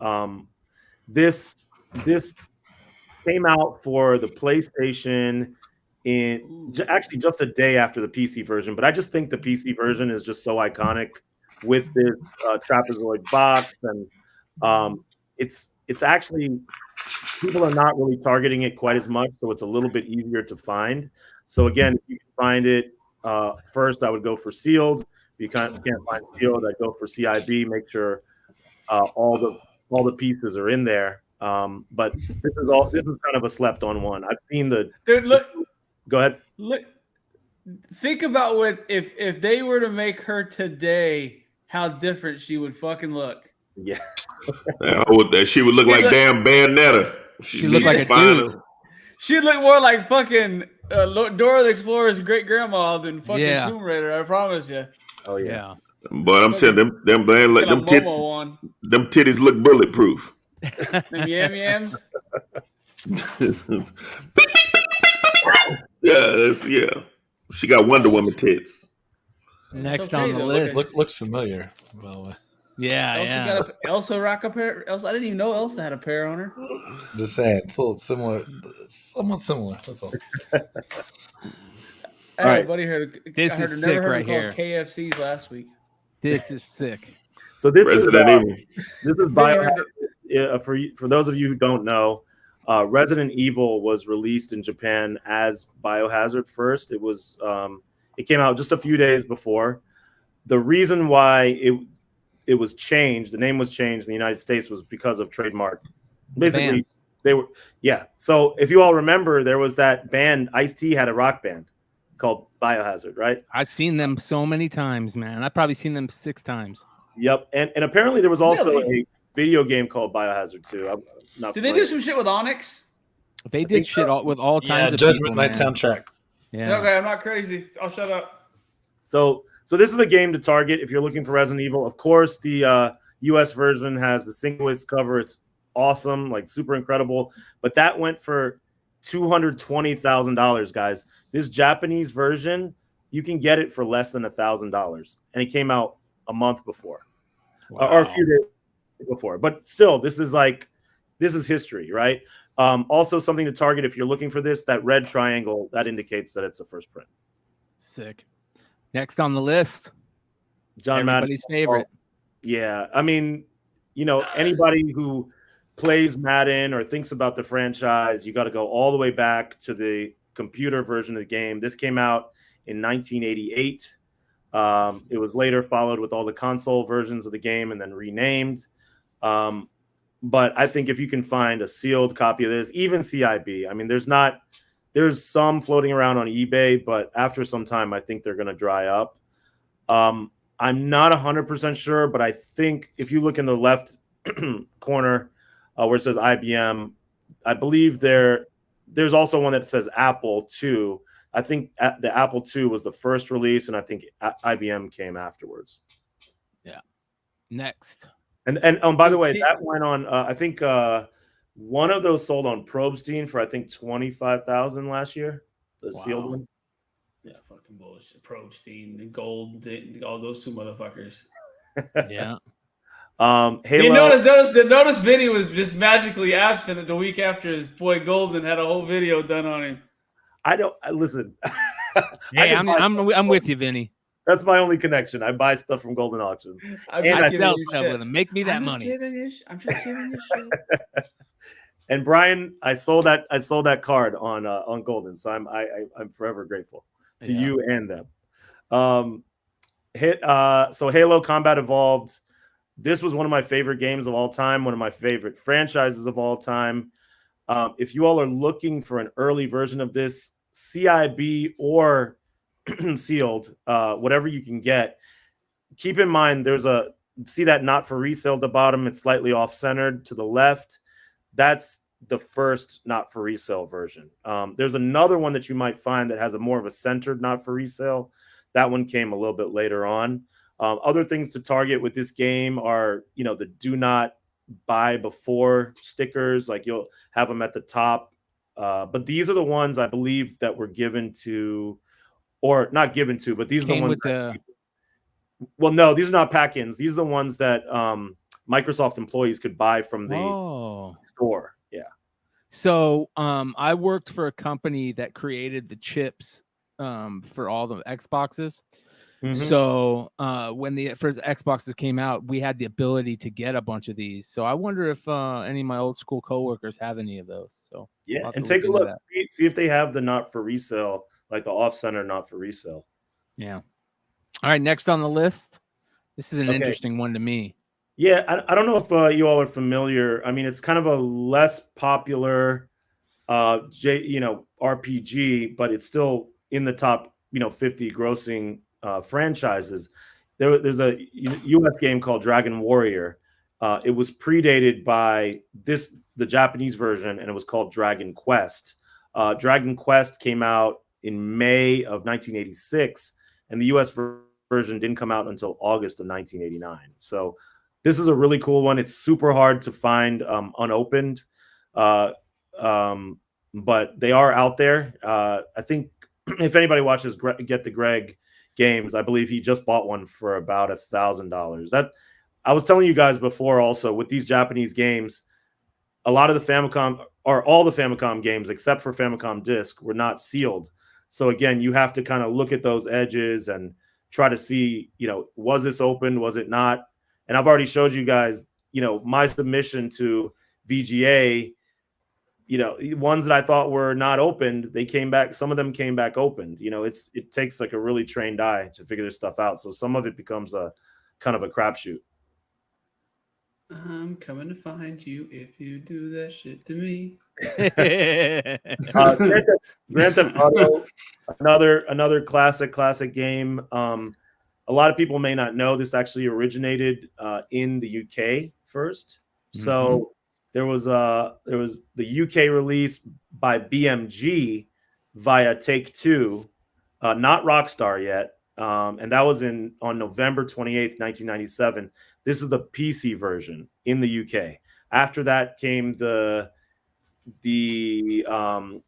PlayStation version through BMG Interactive a year later. Then the US version came out in June of 98. There's so many versions of this game, it's ridiculous. If you buy the US PlayStation version, look on the back and it says teen. If it says teen on the back, that's an early version where there was a misprint, and then they reprinted it with mature. But there's so many here to target. But if you are looking for early Grand Theft Autos, try to track down either ones that have only BMG and Take-Two, or if you can find this PC version. And this is perfect timing, but I just actually bought one and got it in. Hold on. Yeah. That's beautiful, man. Oh my God. Sealed. The only thing I can see is like a little crease on the inside, but the seal looks really good. Everything looks great. So I'm definitely bro. Okay. Yeah. That is gorgeous. What'd you're gonna have to let us know what you paid for that after the show, man. Vinny wrapped that shit himself. He did that shit. Don't be moved. Vinny wrapped that shit himself. Don't be fooled by it. I will say though that I had it sitting at $200. I had my bid in for like 4 days, and at the last 6 seconds, that thing jumped up. I think I put in like a bid way above what I thought it was gonna go for, and I did end up getting it, but it jumped. It jumped. Wow. 5 times, 4 times. Did I tell you that I can't do auctions no more? If it's not a buy it now or an offer, I don't fuck with it. I literally, the anxiety I get on waiting on because it sucks. Because you sit there, it's like you think you found something, like you just said, you think you're on something that you don't think nobody else is on, and you're like, all right, day 2, no one bid, and then day 3 at like 4 a.m. somebody will fucking bid, and you're like, what in the fuck? And the next thing you know, it's at $400, and you're just like, no, but you're still in because it's rare as shit, and you're just watching 22 bidders, 25. Then all day Saturday, you're in a bad fucking mood because you know you're about to spend way more than what you thought. And then Sunday's just a shit show. You got to make sure your sniping app's working, all the other shit. And then you got to hope there's not a bunch of drunk people or people pissed off that just lost a football game. Sundays are a shit show when it comes to auctions when you're buying stuff. I can't do them no more. I want to say this ended during the football games. I was like, man. But I was just sitting there watching right down to the last. That's cool, man. All right, next on the list. What is this? This is Final Fantasy. So this came out a full 3 years before the U.S. release in Japan, December 18th, 1987. This was the version that came out for the Famicom, which was, of course, the Japanese version of Nintendo. Came out May 1990 in the United States. This is one of those ones I submitted to VGA. I thought I had an unopened one, came back opened. There is one qualified copy on eBay. Qualified meaning open but unused contents, and they have it listed at $55,000. So somebody else is like, okay, this is the one. Big Leg, I just want to let you know, Brian, Trey, I want to let you know, all these games that Vinny is showing, all this shit is at his house. He took these pictures himself. Vinny is the new Vinny is not Humpty Hump no more. He's the Pumpty Dump. Do the Pumpty Dump. Come on and do the Pumpty Dump. Start calling you nerdy guy. That boy Vinny got all this shit. Vinny got all this. Vinny's top 15, bro. Well, doing this is I do have a lot of them, right? But yeah, the point of me doing this is to point out those games that people are not thinking of. Like people are spending $80,000 on a US version of this. You can still find these, you know. So if you search, I mean, these are still very findable. And I think these are the types of things that 5 years from now, you know, I don't even think it'll take 10 years. I think 5 years from now, I think people are going to switch from the nostalgia-based collecting that they've been doing to more of a historical-based collecting, because it's just a natural progression. You know, coming from comics, coming from cards, you know, of course we like the new things that comes out, and we also like the things that are nostalgic for us. But then what comes next? Then we start digging in and saying, well, what's the history behind this? What's the first you know, appearance of this character? So it's the same thing in video games. I'm just taking the same approach. Yep. No, man, and I really want to congratulate you, and I'm really jealous, bro, because you were really speaking about this video game shit, bro, to me and Trey just offline for at least maybe a year and a half prior to this shit really 2 years before this shit really exploded, man. So I'm really kind of jealous, bro. I mean, I'm tuned in, but I'm really kind of jealous because I know that you have this shit, and I know that you got it, and you were telling me to get it. I was like, man, I ain't buying this shit, Vinny. Like, what are you talking about? Like, I really was that guy. And I mean, that's what I'm saying. If you guys want to get into video games, these are all still relatively affordable compared to these insane prices that people are paying. So I would just say, think outside the box a little bit, and just think about, you know, historical versions of games. Think about special releases like that Metal Gear Solid Gold Edition. Think about prize versions. That's something that Japan did a lot of. They had super rare prize editions of a lot of these games that they would drop. So just something to think about. Guys, Creed, everybody message Marcus's ass on Instagram and tell him to get his fucking 50-cent bulletproof and get it to fucking CGC. Creed, we're trying. We're literally trying. We have one of the coolest games you could get to do that, and Marcus just don't like us enough to fucking do it. Okay, I'm gonna go get it. Give me 1 second. I'm gonna jump off, go get it, and bring it back. Go ahead, Vinny. Get back to your countdown, Vinny. I'm gonna go get it. Space Invaders. I just think this is an iconic game. I think we all grew up with it. Well, not all of us, but those of us who are a little older, we grew up with this game. this is the one to target. There's a version, I believe it dropped in 1980 for the Atari 2600. There's a blue box version. There's also some other colors, but make sure you're kind of the variants on this are tough. So you kind of really have to know. I'm not a super expert on this, but I know this blue box version is one of the earliest versions, or the earliest version of this game. I've told you all about this one before. FIFA, international soccer. I think, soccer, especially within the United States, is getting more and more popular.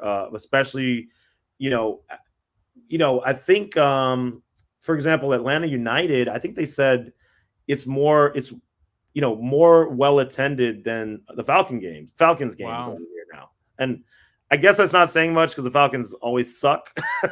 But isn't there talk about Messi is supposed to jump ship soon and join one of the U.S. teams? There's certain players that they're talking that are going to jump over here soon. Yeah, I mean these MLS games are like super popular. People love them. So I think it's just the popularity of FIFA is just going to keep going up. I mean, this is also an iconic title. So if you're going for this, you want to search out the Genesis or Mega Drive version. Now I'm not a super variant expert on this. I can't remember if the version with this Tournament 4 sticker is earlier than the one without, or if it was released at the same time. But I will find out for you guys, and I'll come back to you. If anybody wants that ass kicked at 1998 N64 Road to the World Cup Soccer, just fucking let me know what your Cash App is or your Venmo, and we'll set it up. I'm telling you right this and now. Oh, dude, it was the first FIFA for Xbox for me, man. I remember playing that game nonstop. Give me France. Give me 98 Yep, France. France. I'm fucking you up. Yeah. Is that Zidane headbutt or what? Yes, that's one of them. All right. Zidane was it?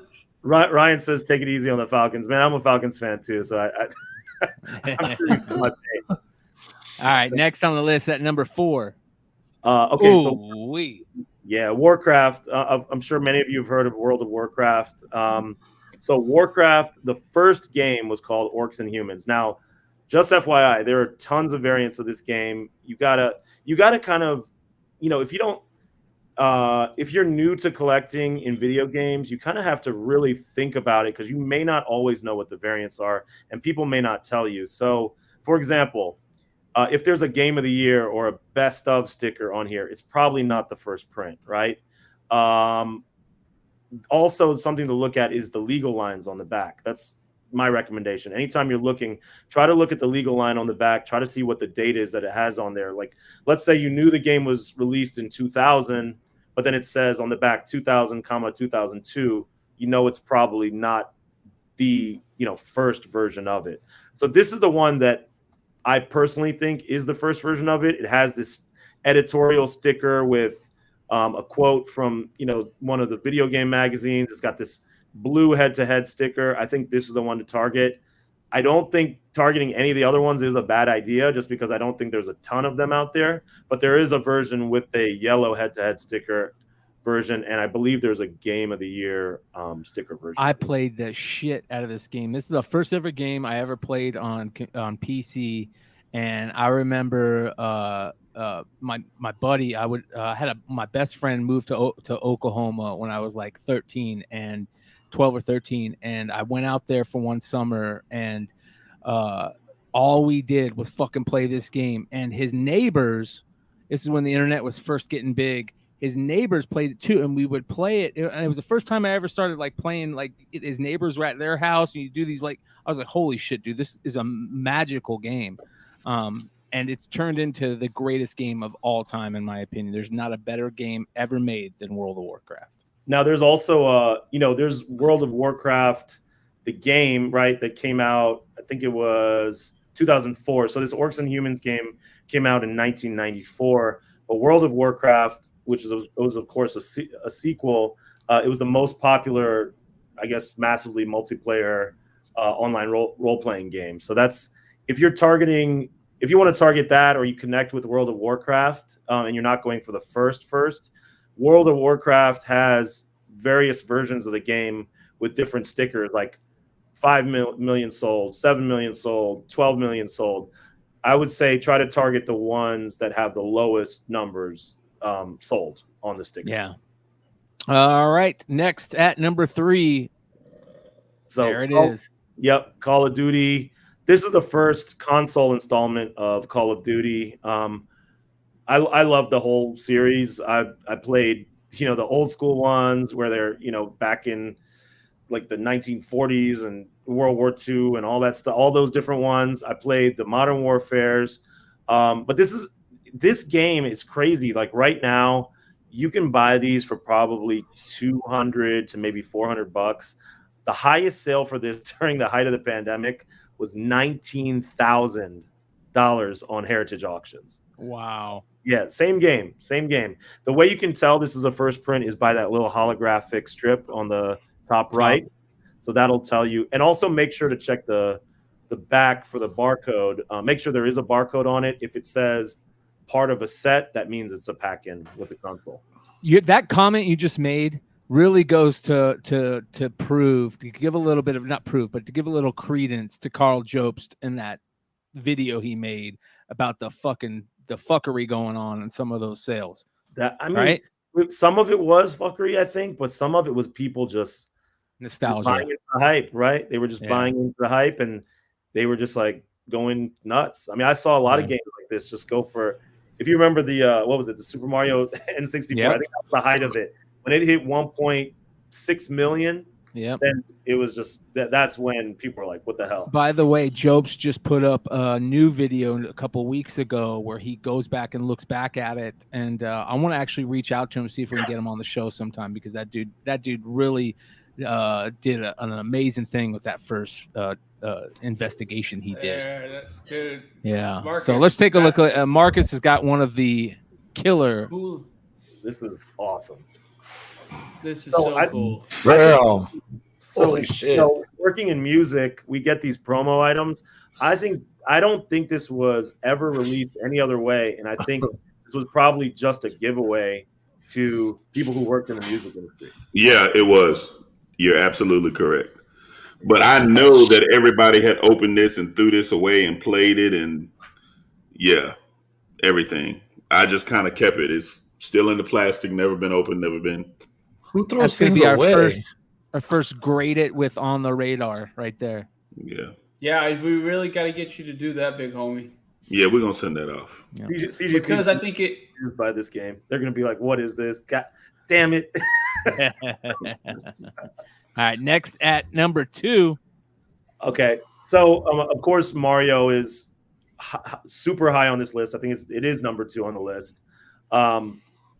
Mario's first appearance was in Donkey Kong from 1981 in the arcade machine. The first actual release of Donkey Kong after that as a I guess at home playable game was in this Game & Watch. This was released in 1982. At the time, Mario appeared, and he was a carpenter named Jumpman. So he didn't get the name Mario until I think Mario Brothers, which was the next in the series. But if you're looking for the first appearance of Mario, this is it. This is where to find it. Now, other people, and when I say this is it, I mean Donkey Kong. If you're looking for the earliest version of Donkey Kong, this is the earliest one that I can find. After this, a lot of people go after the ColecoVision version of Donkey Kong or the Intellivision version of Donkey Kong. Those are ColecoVision's pretty difficult to find, but the Intellivision is not too hard to find. You can find it for a couple $100, and I think even that's a good pickup right now. I think that'll catch on, but yeah, I just think this is a really cool kind of way to collect. Of course, if you can find an unopened version, that would be awesome. The other thing is, I was going to say, if you really want to go and get the first version of Donkey Kong, I would say it's possible to maybe get the motherboard from a arcade machine and see if somebody will slab that and grade that. I mean, that's technically the first appearance from 1981. So that's cool. All right, number 1, yep. Ladies and gentlemen, all you Pokemon fans, here it is. Now, I've talked about this before. Pokemon was released first in the United States, and I'm talking about before the card game and everything. The video game came first, right? And it was by a company called Game Freak in partnership with Nintendo. The US version was Pokemon Red and Pokemon Blue, and that was released in 1998.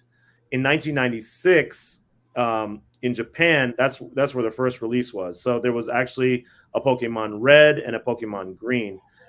Now they both released simultaneously, the red and the green. I just think the red is the one to target because the red was also translated to the US version that we know as Pokemon Red. But green was actually changed a bit, and then they made that blue version. So it's not exactly the same, but I guess if you want the first ever collectible item Pokemon related, I would go for either Pokemon Red or Green from Japan. But here's the thing, trying to find an version of this, I don't think nobody has one yet. So if you want to try and, if you find an unopened version, you might have to pay some money and see if you can get one. I'm definitely trying. I haven't gotten there yet, but that's something that's kind of like a holy grail for me, is finding an unopened version of this that I can get graded. Vinny, let's talk about it. Let's do some on-site grading right now. What should I do with this? So is that new CIB? What is that? That's CIB, the CIB Okay. complete inbox. I think you should say, does it have, okay, so guys, just to remind you all about CIB, it means box, cart, and manual. So that's all they're grading. They're not grading all the other inserts that come with this.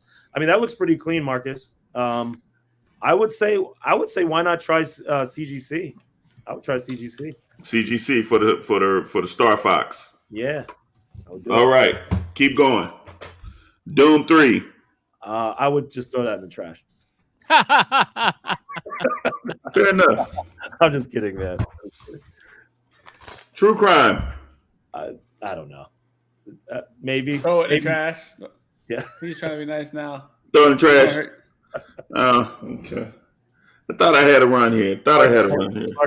I've learned Vinny's noises and faces finally when he was trying to be nice and not want to say what he says. He'll go, Yeah, he was like, I don't know, man. I don't know, man. That's the one. I don't know, man. People are talking about Neo Geo a little bit. Neo Geo games, I think, are awesome to collect as well. I don't think people are really on those yet, so I think that's something to try to target. And I think TurboGrafx 16, some of those kind of off-brand games, not off-brand, but ancillary, properties that were put on these other consoles. I think those are cool things to collect also. So, Did y'all know anyone who had the Neo Geo? Because the only time I ever saw one was at Service Merchandise. Nobody kids at our school had a Neo Geo or anything. And you got to see it occasionally at Service Merchandise working if the controller wasn't fucked up. But Marcus, you had one? I had a Neo Geo and I had a TurboGrafx 16. Damn. Did That you was have the house? I had it. What's that? I said, you have a Nintendo, or were you like one of those TurboGrafx 16 kids? No, bro. I got my Nintendo right here. That's a super. That's the best one, though. That's the best by far gaming system ever made. I got a boxed PS2 in the garage. Is that worth anything? Absolutely. Is it For real? Was it ever opened? Oh yeah, I've used it for years. Okay, but I think it's I'm pretty sure it's in the original package in the garage. Do you have like all the inserts, manuals for all that? I don't know, man. I guess there's things I should check. Yeah, it didn't even occur to me until just now when you picked that up. Yeah. Yeah. That's the thing. The sealed video games, they are, that's what's selling the most right now. But they're going to dry up very soon, and once they do dry up, CIB is going to be the thing to target for all this. VHS 2, right? Yep. I got like here, like that Fortnite I bought is a CIB. Vinny makes fun of me. Trey capping! That boy Trey is capping with the Fortnite. Jesus Christ! Oh my God! Vinny out here making fun of me for he literally called it like what did you say, the low end grading company or whatever, talking shit about my game. I never heard of that grading company, MCG. No, you ain't gotta know. You ain't gotta know the name of it. As long as you know that Fortnite is in the case. That's it. But no, that's what I mean. Like Vinny is so ahead of this shit than where you got to think. I understand money can be tight right now, and some of the ones that he's put on this list today are not necessarily relatively cheap. But when he tells you about these games, you don't necessarily have to get the ones that are sealed. There are ones out there that, like he was talking about, CIB. Those are some that you can target that are relatively affordable comparatively. And you just got to think about how many, there's just not that many sealed video games that people didn't play. Just doesn't make sense. You know what I mean? Like a 9.8 comic book, you know, I'm sure the five of us, you can hand us a comic book and we could read it and it'd be a 9.8 shape before, and then five of us could read it and it'd still be a 9.8 shape afterwards, right? Right. We got the use out of that comic book. So having a sealed video game just doesn't make sense. You know what I mean? Something had to happen for just a minute amount of them out there. So on some of these hard-end games, like he's talking about, the CIB is going to be the only route very, very shortly. Well, here's kids whose parents bought them all, they didn't play. Facts. Well, here's how I would like to make it all make sense. Like when Vinny, and I think me and Vinny talked about this. So if you have it new in the case and the shrink wrap and everything else, that's like imagine an AF-15 in concept of what we're talking about. You got an AF-15 and it's high grade, right? Everybody can't afford an AF-15. So then they go get the Spider-Man #1. Then, then now you're going down the rabbit hole of, whatever the case may be. But that's how I kind of like to compare notes, right? If you can get it in a shrink wrap, brand new, like it's always, that's where the big money is. But pretty soon it's going to start, people are going to be priced out of that market. You know what I'm saying? So what's the next best thing? Give it to me complete in box. Long as it's complete in box and high grade, you know what I'm saying? Then you're going to start having those conversations. You remember, because I've had these conversations when it comes to comic books. Man, do you know what a 9.8 go for this book? Yo, you better try to grab this over here like this and hold on to it. I remember when I had, no BS, I had an X-Men #1 that I paid $2,500 for. And I never forget, the dude was like, this is a blue chip book. When I first got into comics, this is a blue chip book. Do not sell this book for no reason whatsoever. I was like, all right, bet. I ain't going to do it. Man, I saw the number. I got a stupid amount of money for the book. I took it. Now I'm kicking myself in the ass because I was like, well, shit. Because, people are priced out of the higher grade of an X-Men #1 now. So, so it's priced out of the lower grade, dude. I can't. We literally had this conversation. Vinny and I did yesterday. Right. 1.0 is more than 2,500 now. Yeah, absolutely. We all knew when we got into the comic book deal, when we got into it, we all knew we should be buying AF-15s, 181s. Like Vinny, Daredevil. Vinny was so fucking ahead of the curve on Daredevils opposed to everyone else. When Daredevils were under $1,000, hovering in that weird range for those years, and kind of like nobody, it was like Daredevil was treated like a C class fucking hero. The #1 was. Until the Netflix series. And it was so obvious that book was so undervalued. And it's still undervalued comparatively. And he was picking them up. And I'm not going to tell you how many he has, but holy shit. If let's just say this. If The Walking Dead were to really fucking happen in Georgia, Vinny could keep his fucking family warm just on Daredevil #1s for a fucking month or two. I will say this. It was my wife's 40th birthday in August, and I sold 2 Daredevil #1s and bought her like a really nice watch.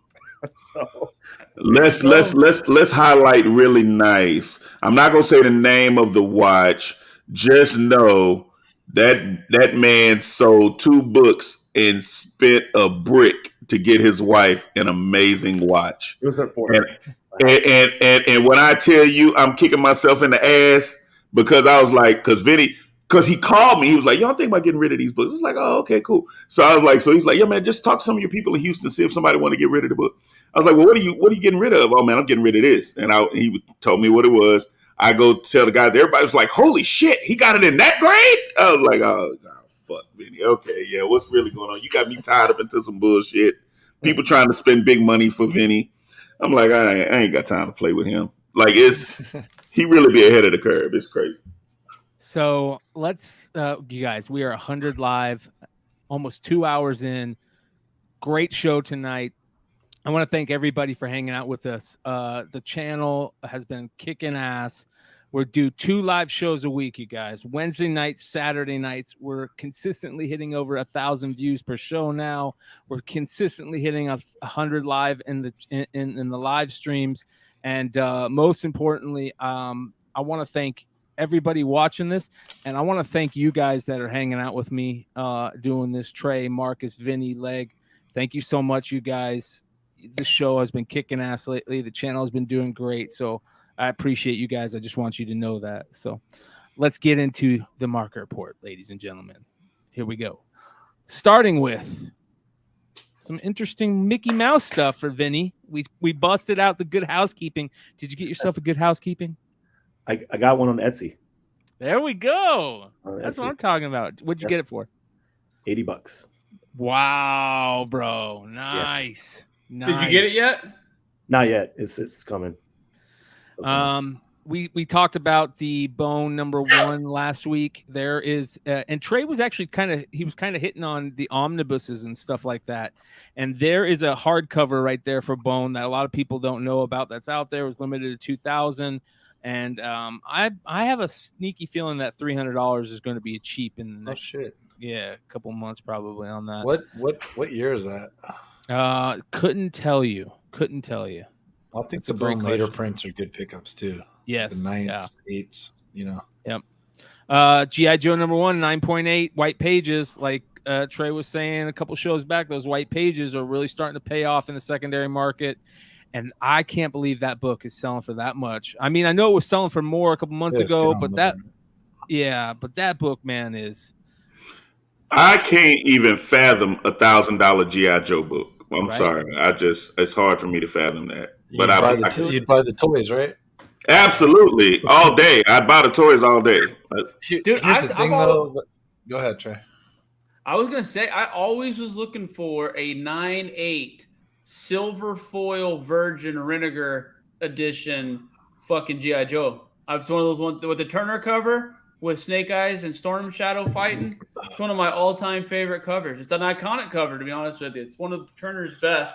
But I always wanted a 9/8 Virgin foil of that one. Can never find one. Very tough to find because a lot of those are misprinted. I own another Graham Crackers exclusive, correct? I own a 9/8 in that. I own a misprint 8.5 in that. I own like 6 or 7 Raws.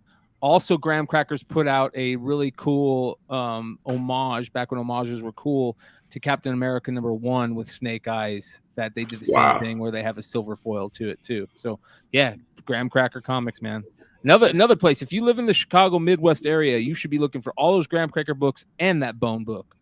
Tales from the Land. That 9/8 on it, man. That is.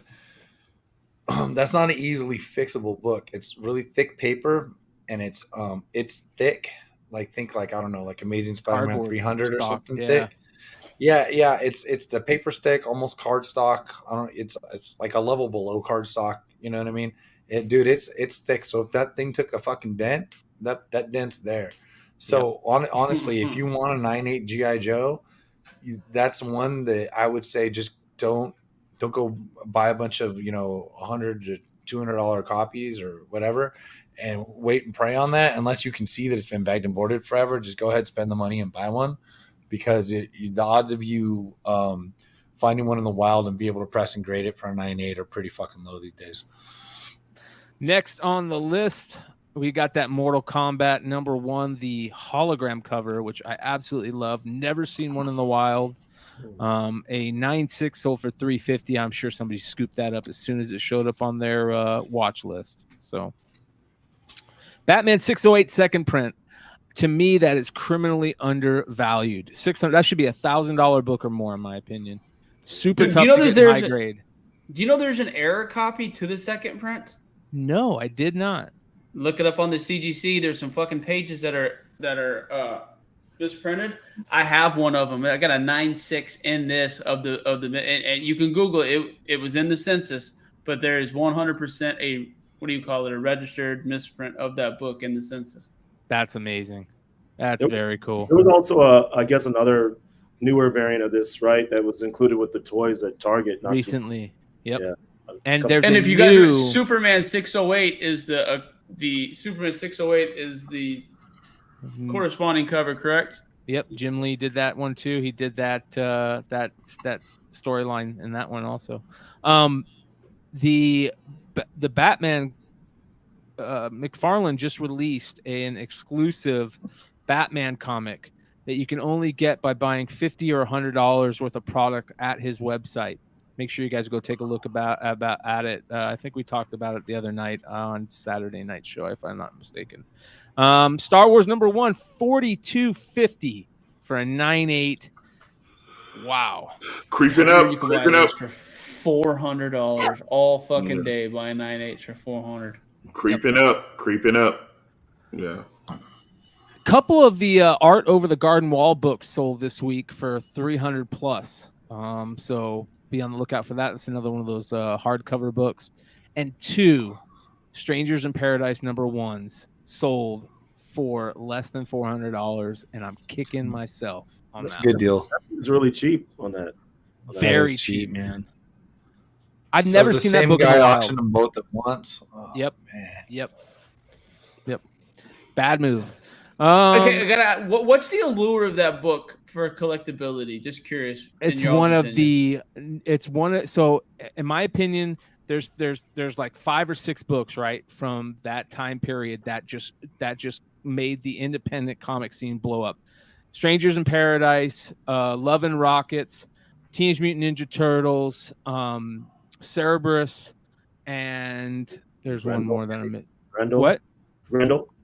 Grendel, but there's another one that I'm missing that's really big. Was it Cry for Dawn? Aardvark? That's Cerberus. That's Cerberus. So maybe it was Cry for Dawn. Those 5 books to me are like so iconic, dude. So iconic.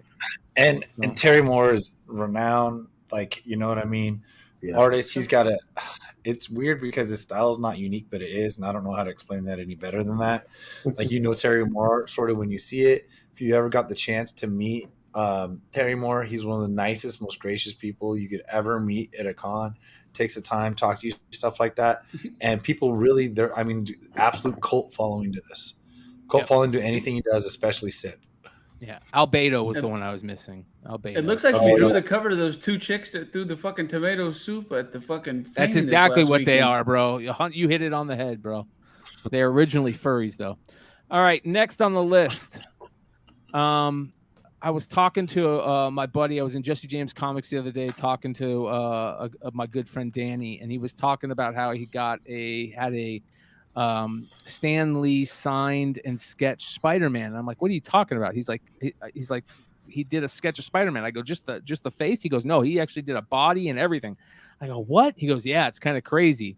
And this just happened to pop up. Amazing Spider-Man sketch cover signed by Stan Lee with the Excelsior quote, and a sketch sold for $16.25. I've seen. What year does it say it was done in? Because that handwriting's way too fucking. What year does it say that was signature was done in? Honestly, that's a great question. That looked like signed Stan that last week. It doesn't. It probably crisp. doesn't say because it's green. Yeah. Great point. But I swear I've seen that book. Yeah, like I've seen that book in the past. And but being that it's green label, I mean, like, what are your thoughts on that? As far as like, I don't care.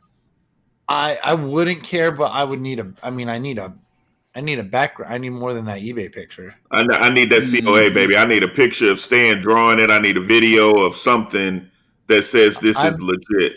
I may or may not, and I have no idea how to look this up, but I know I've seen that before. I don't know if it was still the same green label. I don't know. You know what I mean? And like, yeah. I can't even see what the label says. It'll say like Stanley. It's like they do this fake authentication thing. Well, they'll say Stanley written on the name and cover and marker instead of like when they think it's real. If they don't think it's real, they'll be like name written on cover and marker. Just submitted a Conan the Barbarian one for a friend, and I pressed it for him, and I look inside. Roy Thomas signed the interior page. Wow. CGC takes forever to get it back. He's like, just send it. I'm like, dude, no one's ever going to know that Roy Thomas signed this book. And he says, no, just send it. Dude, CGC sent it back, and there's no label. I didn't send any notes. They wrote quotations, Roy Thomas, written in pen or inside on first page in pen or whatever. So they like notated it because it's clearly legit signature. You know what I mean? But anyway, so I saw that. I just don't understand the fucking Stan. I still to this day don't understand the fucking why you want Stan Lee's. It'd be like get like David Stern's fucking autograph on like a David Robinson hoops card. It's like, why in the fuck? I agree. I'm not a fan of Stan Lee signed stuff. Unless it's old. Unless it's old, like on the inside cover, like Sean's talking about. I don't think the inside cover. David Stern to David Robinson hoops and Stan Lee to Spider-Man. I don't think is a accurate analogy there. They were both curated under one's watch. That's about all they fucking did. How about the Catwoman books? And by the way, whoever is selling these books right here, they have a great way of doing their eBay picks, because those 9.9s up on top like that, the way they kind of like Photoshop that, and that is great job. Are we sure it's not Greg Horn? Yeah, it could be. Anne Hathaway signed books, 2 of them sold for over $2,000. Could be Vinny. Vinny could be doing the graphics on this and selling it. You just never know. Vinny is AI. It's my AI art. Yeah. Greg Horn told me he's been trying to press his PC and he doesn't mess up that much. I was like, all right, man. I love Greg Horn, man. One of the best. Fucking He's awesome, so dude. cool, dude. Such a good dude. All right. Next, there was some crazy Harvey books that sold this week. We'll get into in a second, but here's another nice Disney book. First appearance of Uncle Scrooge, a great Carl Barks book. This is one of the books that I will own one day. It's not on my list, to get quickly, but I will own one of these. Love that book. 4-color, 178, sold for $682 for a VG minus. Yeah, I had to track this down because DuckTales was like one of my favorite cartoons growing up. So, amen. Yeah, I'm with you. I love the DuckTales video game. Of Baloo is great one. That's a good one too. That's dude. A good one Tailspin too. was my Tailspin and Rescue Rangers got me through middle school. Like Fuck that was what I did once middle school was over. Tailspin was so fucking ridiculously underrated of a show. I used to watch those every day. Bloodstone 1 through 4 sold for $325. Great buy in my opinion. I think that those 2 through 4 issues are so underrated, man. Very underrated. And then the X23 9.6 Del Auto sold for $670. 9.8 sold for $18.50 this week also. Wow. Which is all good. Right, here's down those from about 24, 25. Yeah. Here's those Harvey books. Little Audrey number 25, first appearance of Casper and Baby Huey. That's a pretty good book. Double. You have 2 major characters there. Sold for $570 for a very good to fine.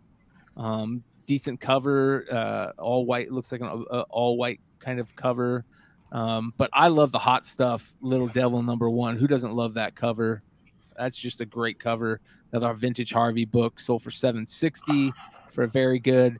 And a Harvey Hits number 3, the first book devoted to Richie Rich from 1957. A very good copy sold for $535.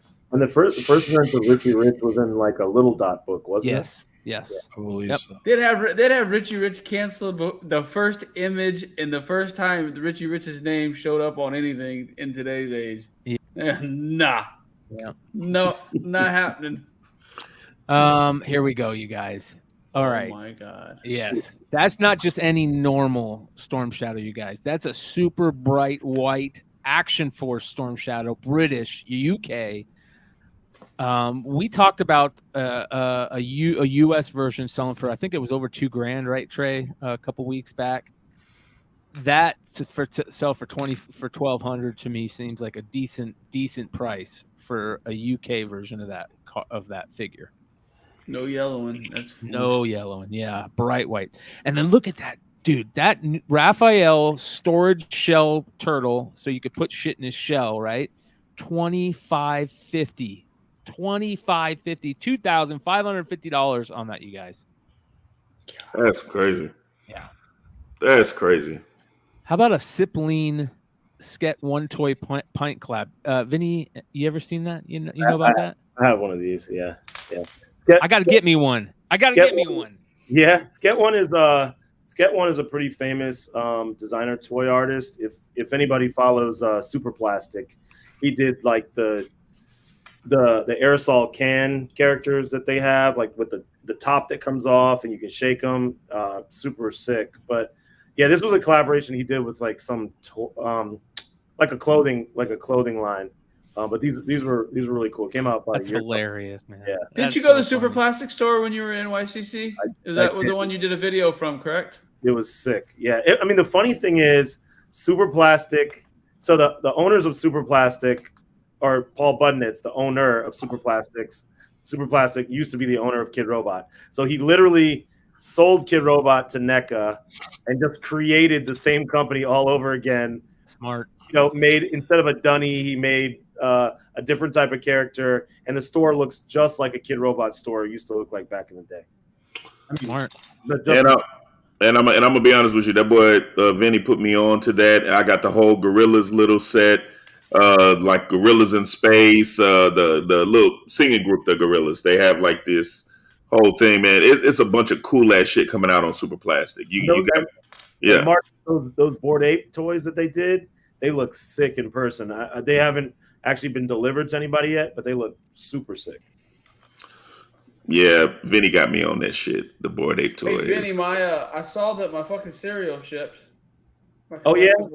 My Cause One cereal. Vinny literally made me buy cereal that ain't even cereal. Me too. It's not even cereal in it, and it's in an acrylic case. But something tells me that shit is gonna go for like stupid money. I know. Vinny doesn't say buy shit very often, and when he does, and he was excited about those. I was like, well, here we go. Let's just see. So, but then I always say, or don't buy it, whatever.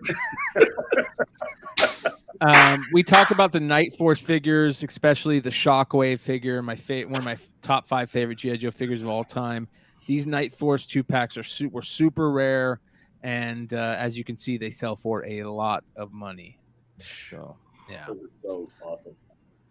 Spider-Man Fun Stuff, Amazing Web Shooter from 1977, you guys. That's crazy. It looks like just a kazoo in there. So I don't know what it is, but $400. Yeah. Is that really Web Shooter? All right, homies. You guys, I talk about homies all the time. I love little homies. Collected the shit out of them. They sell for a ton of money on the secondary market these days, but I've never seen orbs. What are orbs? Do you guys know what they are? No. I've never seen that. From 2004, Series 1 Sapo Homies figure sold for $465. Wow. It just looks like some co-branded thing. Like a bigger homie or something. A blue snaggletooth with the leg foot dent sold for $357 loose. Pretty nice. Next, we've got 3 really tough G.I. Joes. The hard top, which came with the shuttle toy set, which sells for a ton just itself, but that's one of the toughest figures you'll ever find, and it has the microphone, sold for $275. The Rumbler, which was the Crossfire driver, remember the Crossfire was the little ATC remote control G.I. Joe, you remember that? Yeah. And sold for $230, man. There's a lot of money for that figure.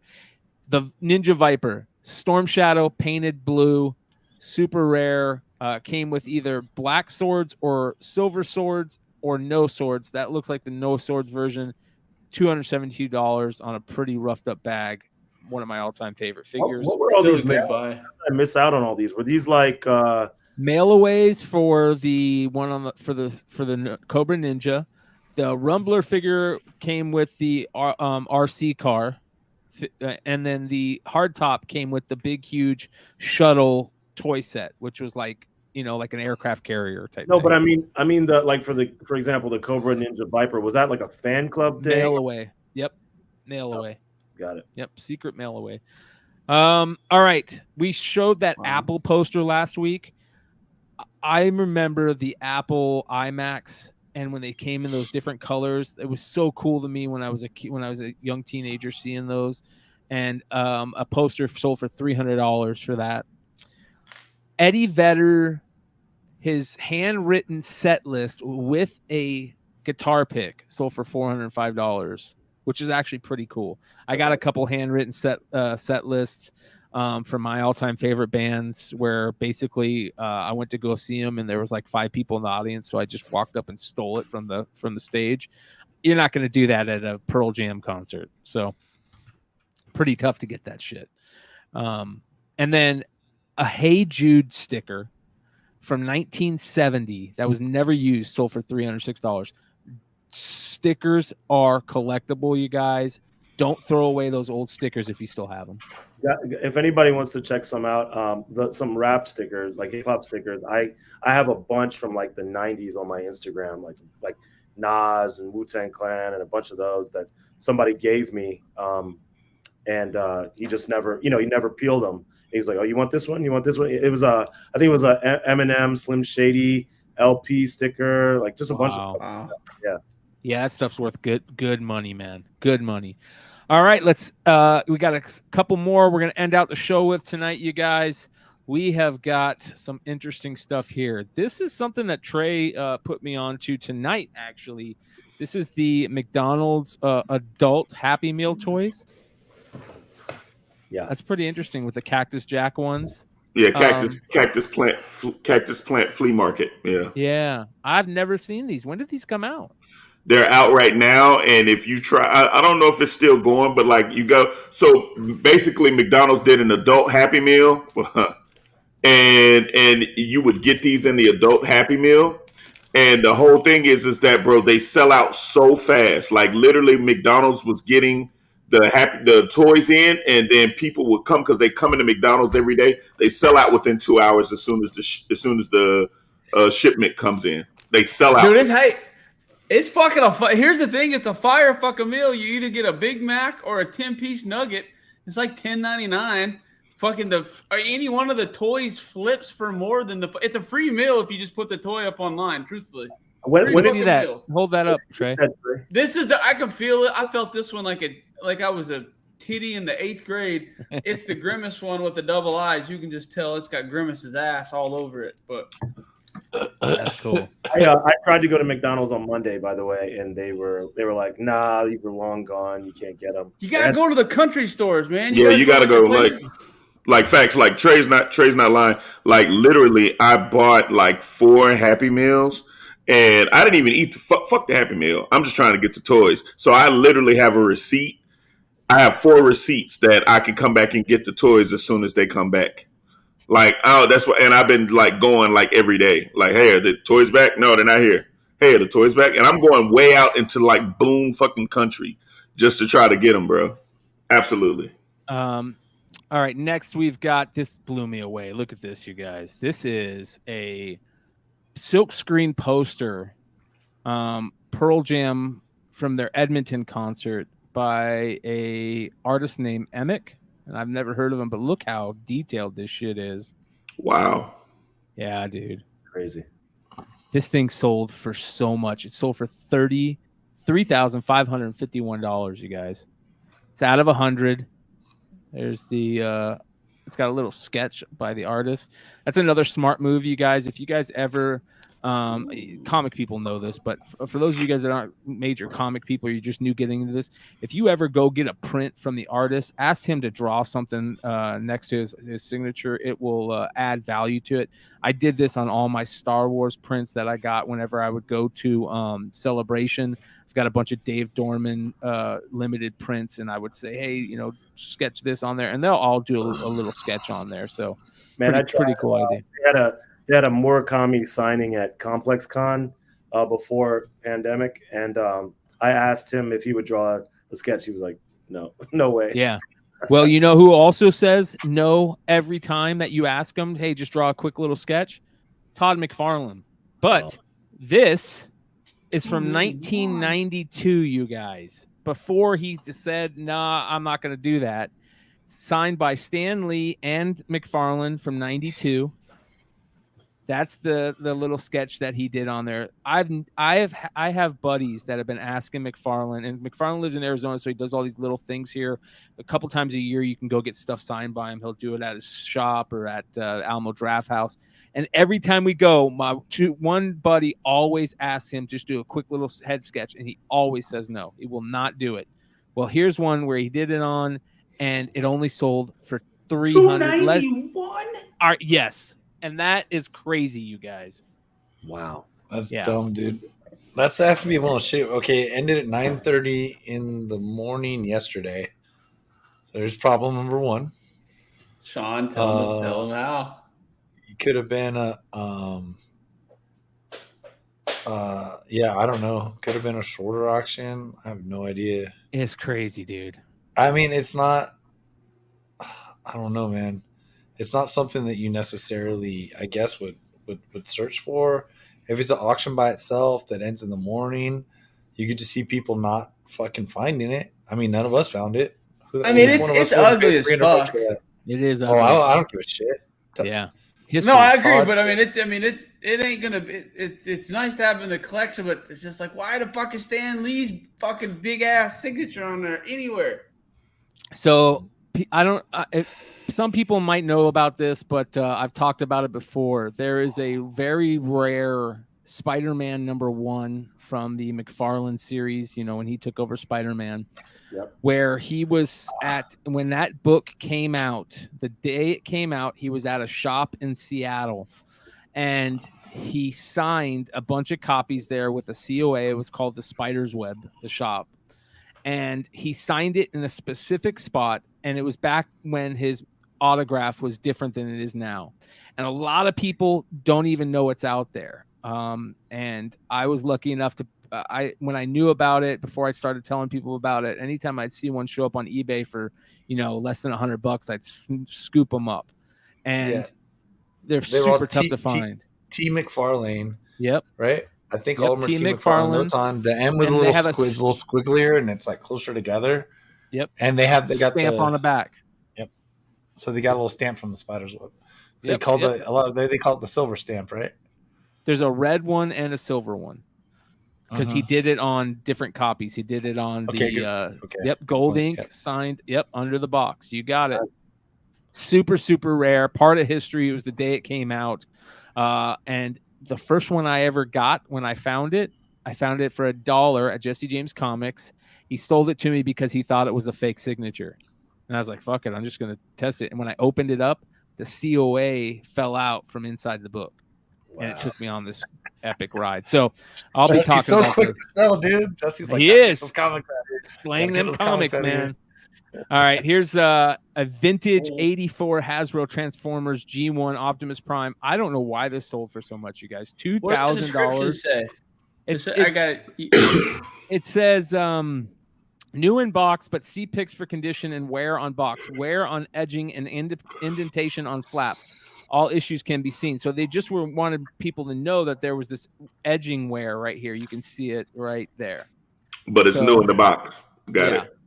But still, $2,000, man. Wow. Usually that sells for about $800, if I remember correctly. I'm not gonna lie. I want $800, dude. Yeah, you can get them for about $800, I think. I would drop $2,000 for that. Every seller's the tag. Bidding more. $23 it cost back in the day.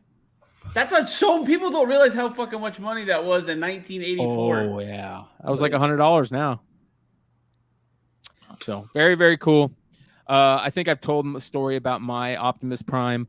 I never got my Optimus Prime because I snooped before Christmas and found it, and I couldn't hold my excitement and told my mom that I found it and I asked if I could get it early, and she said, "Go fuck yourself. We're taking it back, and you're going with me." And that's how I learned not to snoop. So good for mom. Play. Good. So I'm sad for you, but yeah. I love that kind of. Moms were more badass back in the fucking 80s. They didn't put you up with a wooden shit. spoon. Fuck you up. They beat the shit out of you. My grandma. I remember people used to say, that shit about getting a switch. That's not true. My grandma used to tell me to go get a switch off a tree in the backyard. There was a fucking oak tree, and she would literally fucking hit us with a switch. I swear to God, dude. I got good ones. Been too. there, done that. Yep. I don't remember what I did, but I remember the worst words I ever heard as a child. I got in some trouble at school, and it was like some trouble, like call home, suspended kind of trouble. I don't remember what the fuck I did, but I remember the worst sentence I ever heard. And your dad was gonna buy you the pumps too. The shoes, the Reebok pumps. The Your dad was shoes. gonna buy you the pumps. I've been asking for a year, dude. Yeah. Nope. No, man. Listen. So I come from a home of, if you say anything out of line, you may get some shit thrown at your head. I remember one time I'd said something like, Mom, your cooking really sucks. And next thing you know, my mom was flipping pancakes, like, she was flipping, pancakes or whatever. And I don't know, everything just moved in slow motion. She threw the pancake in the air. Boom. Wow. Hit me with the skillet in my face. She slapped the shit out of me with the skillet and caught the pancake on the way down. Flop. And what was that you were saying? Huh? You said what?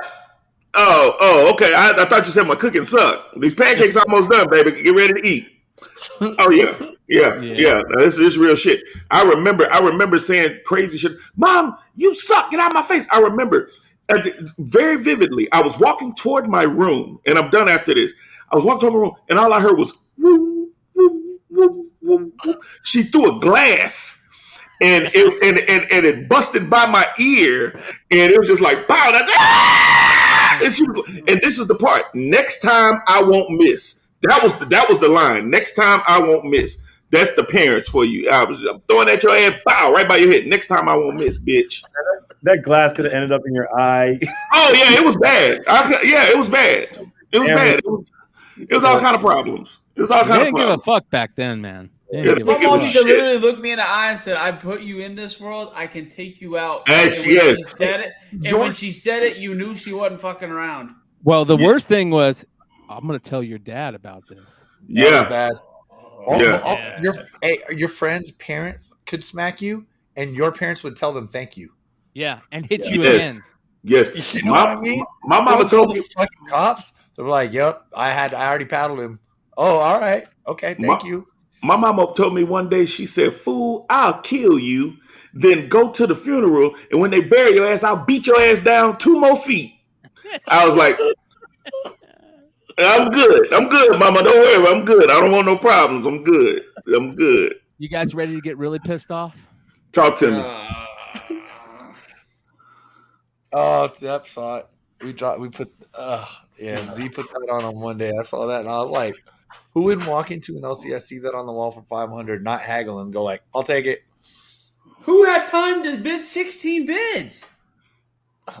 I don't know, but somebody probably only bid once.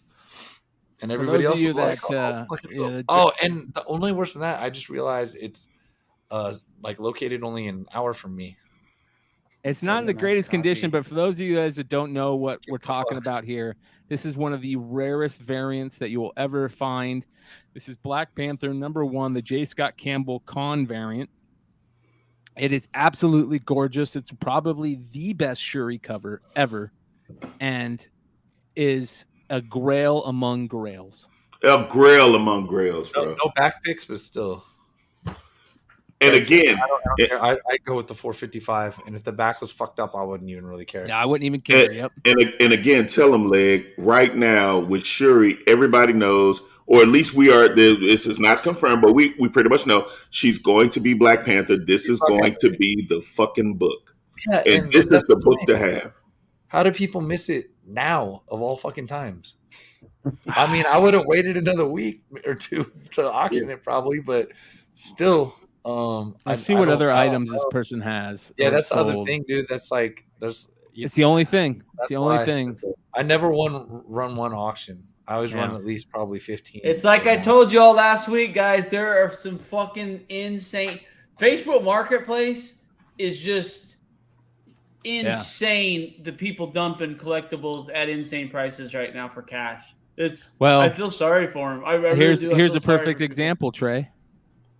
The entire run of Walking Dead plus all the extra books for $1,800. Oh my god! Wow. That couldn't have been Free shipping? Buy it now. Free shipping. Dude, that's a $200 shipping job if they didn't use media mail. I paid $1,600 for mine about 3 years ago. I'd take that right there. Well, you bought a set, Brian? I bought a set 1 through 200, not through 250. It had all the variants except for the ruby red Lucille, and I paid $1,600 for it. I still have 90% of the collection. The only things I don't have are like some of the like 190 and up, and I don't have the Eric Larson variant. What? So okay, make sure that it's got 1 in 19 first print in there. One's right here. I saw one. Yeah, there's 19. There's 9. 19 is Shane. Yeah, they're all there, man. Was that a first print, or a first print, second? It print? is black. It's the black one. Ooh. So yeah, the black one came first. Honestly, the sale price is the same on those. Yeah.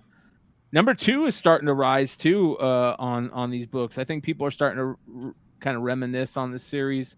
There's 19 right there. So, anytime you can get this book or set, I tell people all the time, Walking Dead ain't going away, bro. Like no time soon. This is what these kids grew up on. They watched. We were fortunate enough to grab it and learn about it and have the number ones and all of that.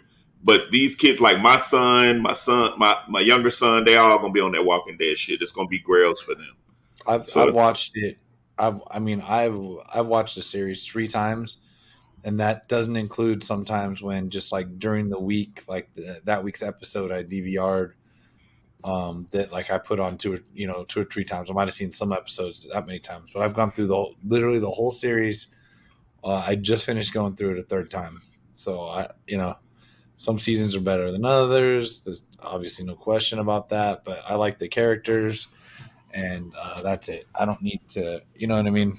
Yeah. Rick is good because Rick was the best actor, you know what I mean? Yep. But it still doesn't suck, Yeah. Almost got him complete, unopened. It's a little damaged, but it sold for $400 on 4 bids. This is the very first appearance of Harley out of anything. So there you guys go. What can you grade albums with? Because I was just looking through in my PC box, and I found CGC grades this. They do. Yes. Yeah, they grade this 100%. Nice. Yep. So, all right, check this one out. Are you talking about with the tape, or are you just talking about just the book itself? The book itself. I don't know if they grade the whole thing, but they do grade the book itself. What about these book and record sets that you get? Like this. I don't know, but I love those. Yeah, me too. Those are selling for big money right now, so be on the lookout for those. Yeah. I literally just found it. Yep. Night, Adam. Night, Adam. Adam, don't leave yet. Don't leave yet. I got the perfect book for you. Oh shit. Robert Crumb's Snatch Comics, ladies and gentlemen. A 5.0 signed. Was it signed by Crumb? No, it's manufacturing error. I don't know why it says that. So it's not signed. It's not signed, but look at that. Oh, iconic 1968 Robert Crumb artwork right there. That is probably, if you want to if somebody says, hey, what does Robert Crumb artwork look like? All you got to do is show them this. This is like the perfect example of Robert Crumb art.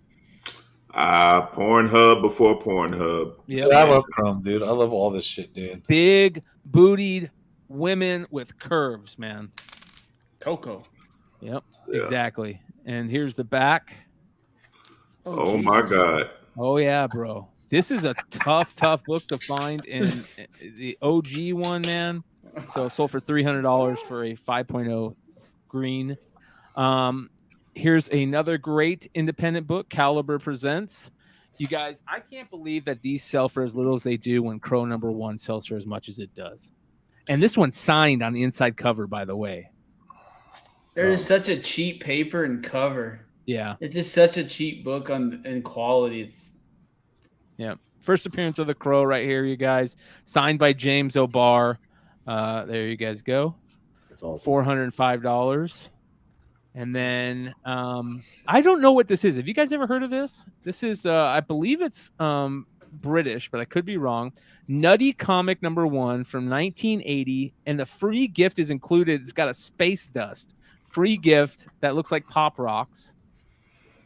I've never heard of that, but what a great toy. And British comics like 2000 AD and Near Myths and stuff like that, they would come with these freebies like stickers and stuff like that, and they would put them on the cover. I think I gave you one, Sean, where they have a freebie sticker set of He-Man inside.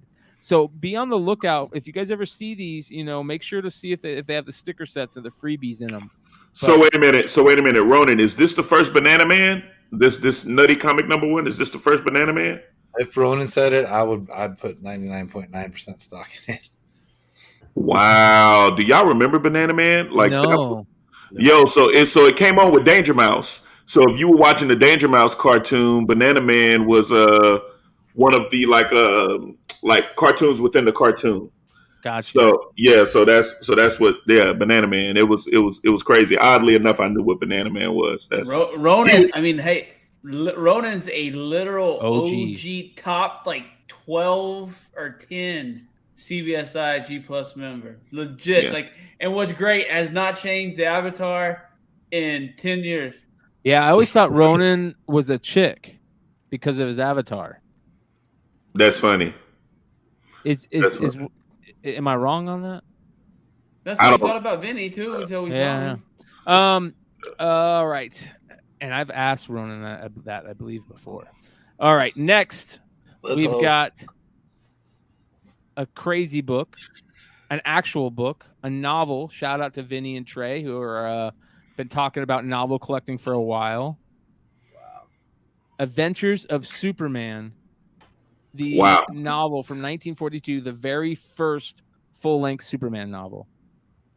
It looks like he's got a shit so bad.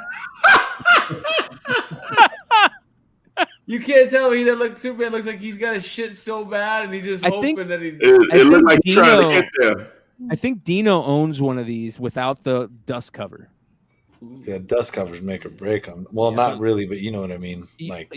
For sure. But this one has got a nice little image on the actual cover, which makes up for it. But yeah, man, I'm pretty sure Dino bought one of these back in the day. I'd love that, dude. Yeah, that's awesome. Very cool. Super cool. Just got a couple more left to go, you guys. We talked about the signed Hathaway books. Here's Infinite Crisis #1, signed by Affleck, Gal Gadot, Jesse Eisenberg, Henry Cavill, Jeff Johns, and Jim Lee.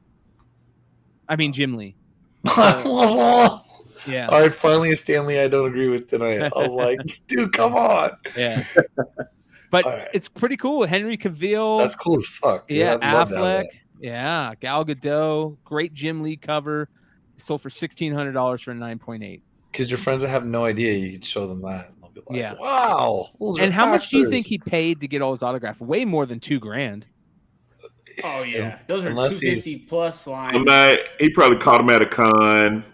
You caught all of them at a con, except you think it was Affleck doing cons?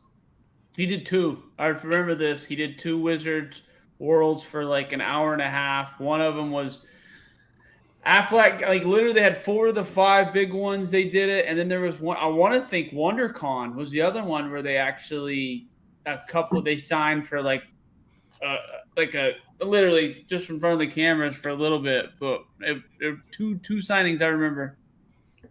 Wow. Could be our old UD buddy hanging out in the bathroom waiting for that shit. Look. Is some of it personalized though? Bro, I thought he showed up on a show on Saturday, you guys. Tell me if I'm wrong. Dick Chevrolet with an avatar of the dude that owned the zoo. Right? I mean, that's right up his alley. I called him out. I said, "Is that you, Jimmy? Is that you, Jimmy?" So could have been our buddy. All right. Has anyone heard from him? No. Of course no. He's too busy in the dealing with the comedy scene, I think. New Mutants 98 newsstand, Mark Jeweller's variant. $750. Let's look at the condition. Goodbye. I don't know. Do you want to know what the signed Mark Jewelers New Mutants 9898 just sold for? Yes. How much? 19,000. Wow. Signed by Stan Lee. Sean, would you have bought this for $750? Do you think this is worth $750? I'd consider it. I've got mine's on eBay right now for $25,000. Wow, good for you, man. The other dude, the dude got 19. I'm like, I figured people would want mine. So instead of the Stan Lee, is like, this a graded? We were talking about graded one? Is it graded? This is raw. That's raw. No, I'm talking about the. Yeah, that's what I was asking. Yeah. Oh yeah. The only the last 9.8 that came for sale. Other than that I just said the SS put his up because I put mine up was almost 2 years ago. It sold for $10,000. People also look at when something for $10,000, you figure more like gets drawn to market. You know what I mean? And not another one's come up. I have no doubt this was up for 2 seconds before somebody bought it. I don't know because I don't know. I've seen other ones in that price. That's about right, I think, for that price range. Because it's not that they're all going to be fucking beat, dude. All beat or wavy from military bases. They don't exist in good shape. You know what I mean? You get so much. Some of those bases get they'd sell the comics on the bases, but they're not going to sell bags and boards, or they're going to have. There's a lot of those places are in very humid places. So getting 9.8 in this is literally impossible. And CGC didn't bother to, I don't know, mark it on the fucking census. So big shout out to Richie, aka Popcorn Culture, aka Dollar, in the chat. He's dealing with COVID right now and he's going through it. Talked to him the other day. He sounded like shit. Hopefully he's feeling better now. Send him some positive thoughts. He did. He said he hit a big SSP, a big super short print in his latest 2022. It's gotta be Julio. I think when you frame it, the big SSP, it's got to be Julio, or it's got to be something equivalent as cool as a. I don't think he would be that excited. I don't know Popcorn that well, just based on the podcast. I don't know if he'd be that excited about Bobby Witt. I could be wrong. He opens a lot of cards. He does. All right, you guys. This is 2 more things, and then we're gonna call it a night. Shout out to everybody that watched the beginning of the show where we talked about the Popeye variants. Look at this. Speaking of Steve Manning, Sean, did you see this? You know what's funny? I saw it on his website, and the link to the eBay was dead, and I never looked to see if it actually sold. And considering that was a $200 or $300 book, and he threw some badass OA. So yeah, and like I said, I'm 90% sure I bought that copy I showed tonight from him. Yeah, that's crazy. Nice. Yeah. I love the original art though. That Popeye joint is insane. Yeah, dude. They're both. I mean, all the other ones I like for like nostalgia, like the black and white, and then the Pedro. I mean, I'm always gonna lean towards the Big Daddy Roth art, but but this one, I mean, artistically might be arguably the best, with Bluto just coming over the top. You know what I mean? Just overdrawn. Popeye already swinging it around like Bugs Bunny bat. You know. Finally, a book that I've been talking about for years, and is one of my favorite all-time books. We really love to talk about video game stuff on here, and Vinny dropped this in our chat earlier, and it blew me away because it's not even the super rare version. It's not even the sample version. A 9.4 Nintendo Power is currently being auctioned on Heritage. It's got 15 days left, and it's already at 7,200 with buyer's premium. You guys, that's crazy. Does somebody think it's a video game? I'm just saying. There, dude. To find any of these books, especially number ones above a 9.0, is super, super rare. Super rare. So, again, be on the lookout. This is the free poster inside. You want to find the free sample copy. Instead of free poster inside on the star, it says free sample copy. That's the super rare one. I have one that I think if if I get lucky and it presses out decent, could get about an 8.5 or a 9. I have a regular one that I think can get a 9.4 or 9.6. I just got to send them in, and they just started grading these in nice magazine holders. So They look nice, though. I gotta give They it. I do. mean, it's the same old CGC, but it looks nice with the magazine. It does. Yeah, when it fills it out, but it's kind of that just looks nice. Like it's so thick, and they don't have a way to secure the top, so it kind of like goes back and forth. And I think the grading for a magazine is what, minimum 10 to 12 months right now. Fast track. Yeah. It's You gotta wait. forever. You gotta let them take care of your fucking shit for a year. All right. Before we leave, I want to show the guys something. I think Vinny has been talking about this for a while. And if I remember correctly, a couple other people have, but we haven't really done a deep dive into it. But there is a new Instagram that I follow. It's called Original Video Game Art. And they collect original video game art. And they have an amazing Instagram. This is them showing off their Castlevania original art. Go check them out. Look at some of the stuff they own. This is they have art from the old school magazines. This is so smart, you guys. This is the type Vinny of like stuff. Yeah, right. Oh no, I'm just trying to follow it. I'm trying to follow the account, but yeah, a buddy of mine, Dan, he buys a lot of the OA in for video games. He got in early, but that's another natural progression of collecting in this space, of course. Yeah, I mean, look at some of these, you guys. This is Super Valis 4 from Super Nintendo by Julie Bell, which is crazy. Wow. There you guys can see it. Absolutely bonkers. It's a cosplay. I don't care about that. This is... I do. This is... We don't like live women anymore. Yeah. You gotta draw Look them. at this one right here. This is pretty crazy. Concept sketches for Equinox. That's awesome. He's got a art page that you can go check out. But yeah, go follow this. This is the Castlevania art right here, which is pretty cool. Wow. Yeah. That's sick. I remember when I drew that. That was crazy. I was high. Look at this one. Kind of reminds me of Mad Balls. Yeah, that's dope. Yeah. That's crazy, man. It's crazy.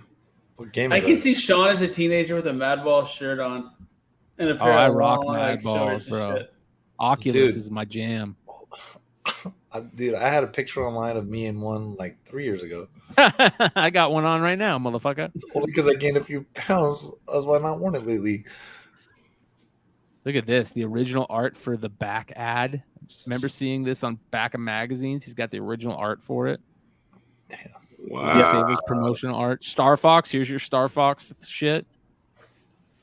I was gonna say also, guys, like flyers, like old school promotional flyers for a lot of these games. That's another cool thing to collect. Yeah, man. Kung Fu Maniacs. Amen. So yeah, be on the lookout. This is a great IG, and go check it out. Give them a follow. Original video game art. Awesome. Very good stuff. Great fucking show, you guys. 2 hours, 47 minutes with my teeth fucking going crazy. I'm about to take a flight on Vinny's private jet to Doc Joe so he can just rip this motherfucker out of my head. Fair enough. So just make sure that shit's full of alcohol because I'm gonna need it. Doc Joe do that shit in a fucking Subaru in a fucking parking lot of a 7-Eleven. I know. I promise you. I know.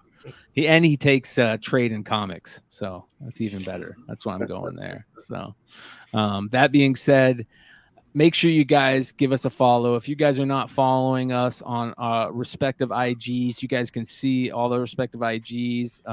Also, hit up Trey. You can find him, OTR Trey. Also, give us a sub.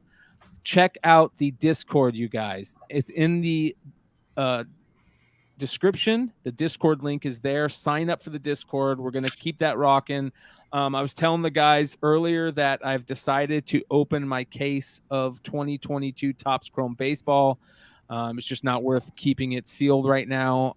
So I opened my first box, and I have 8 boxes. I've got 7 more to go. Out of the first box, I pulled these 5 autos: Max Kranick, Joey Wendell, Cal Rowley, Federale, Reed Detmers, and Connor Wong. So that being said, there is 7 boxes full of 5 autos each, ready to be plucked from the case.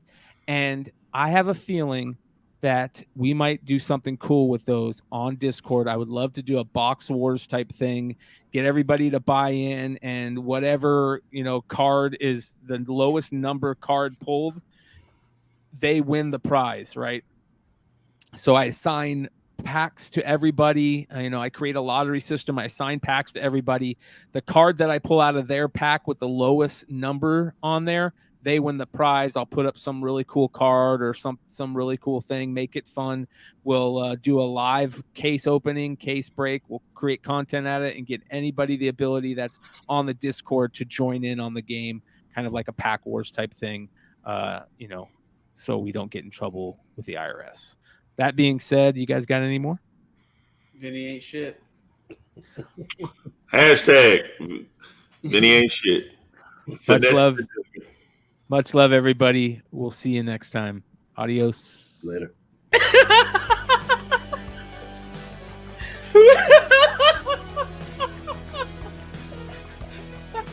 Dude.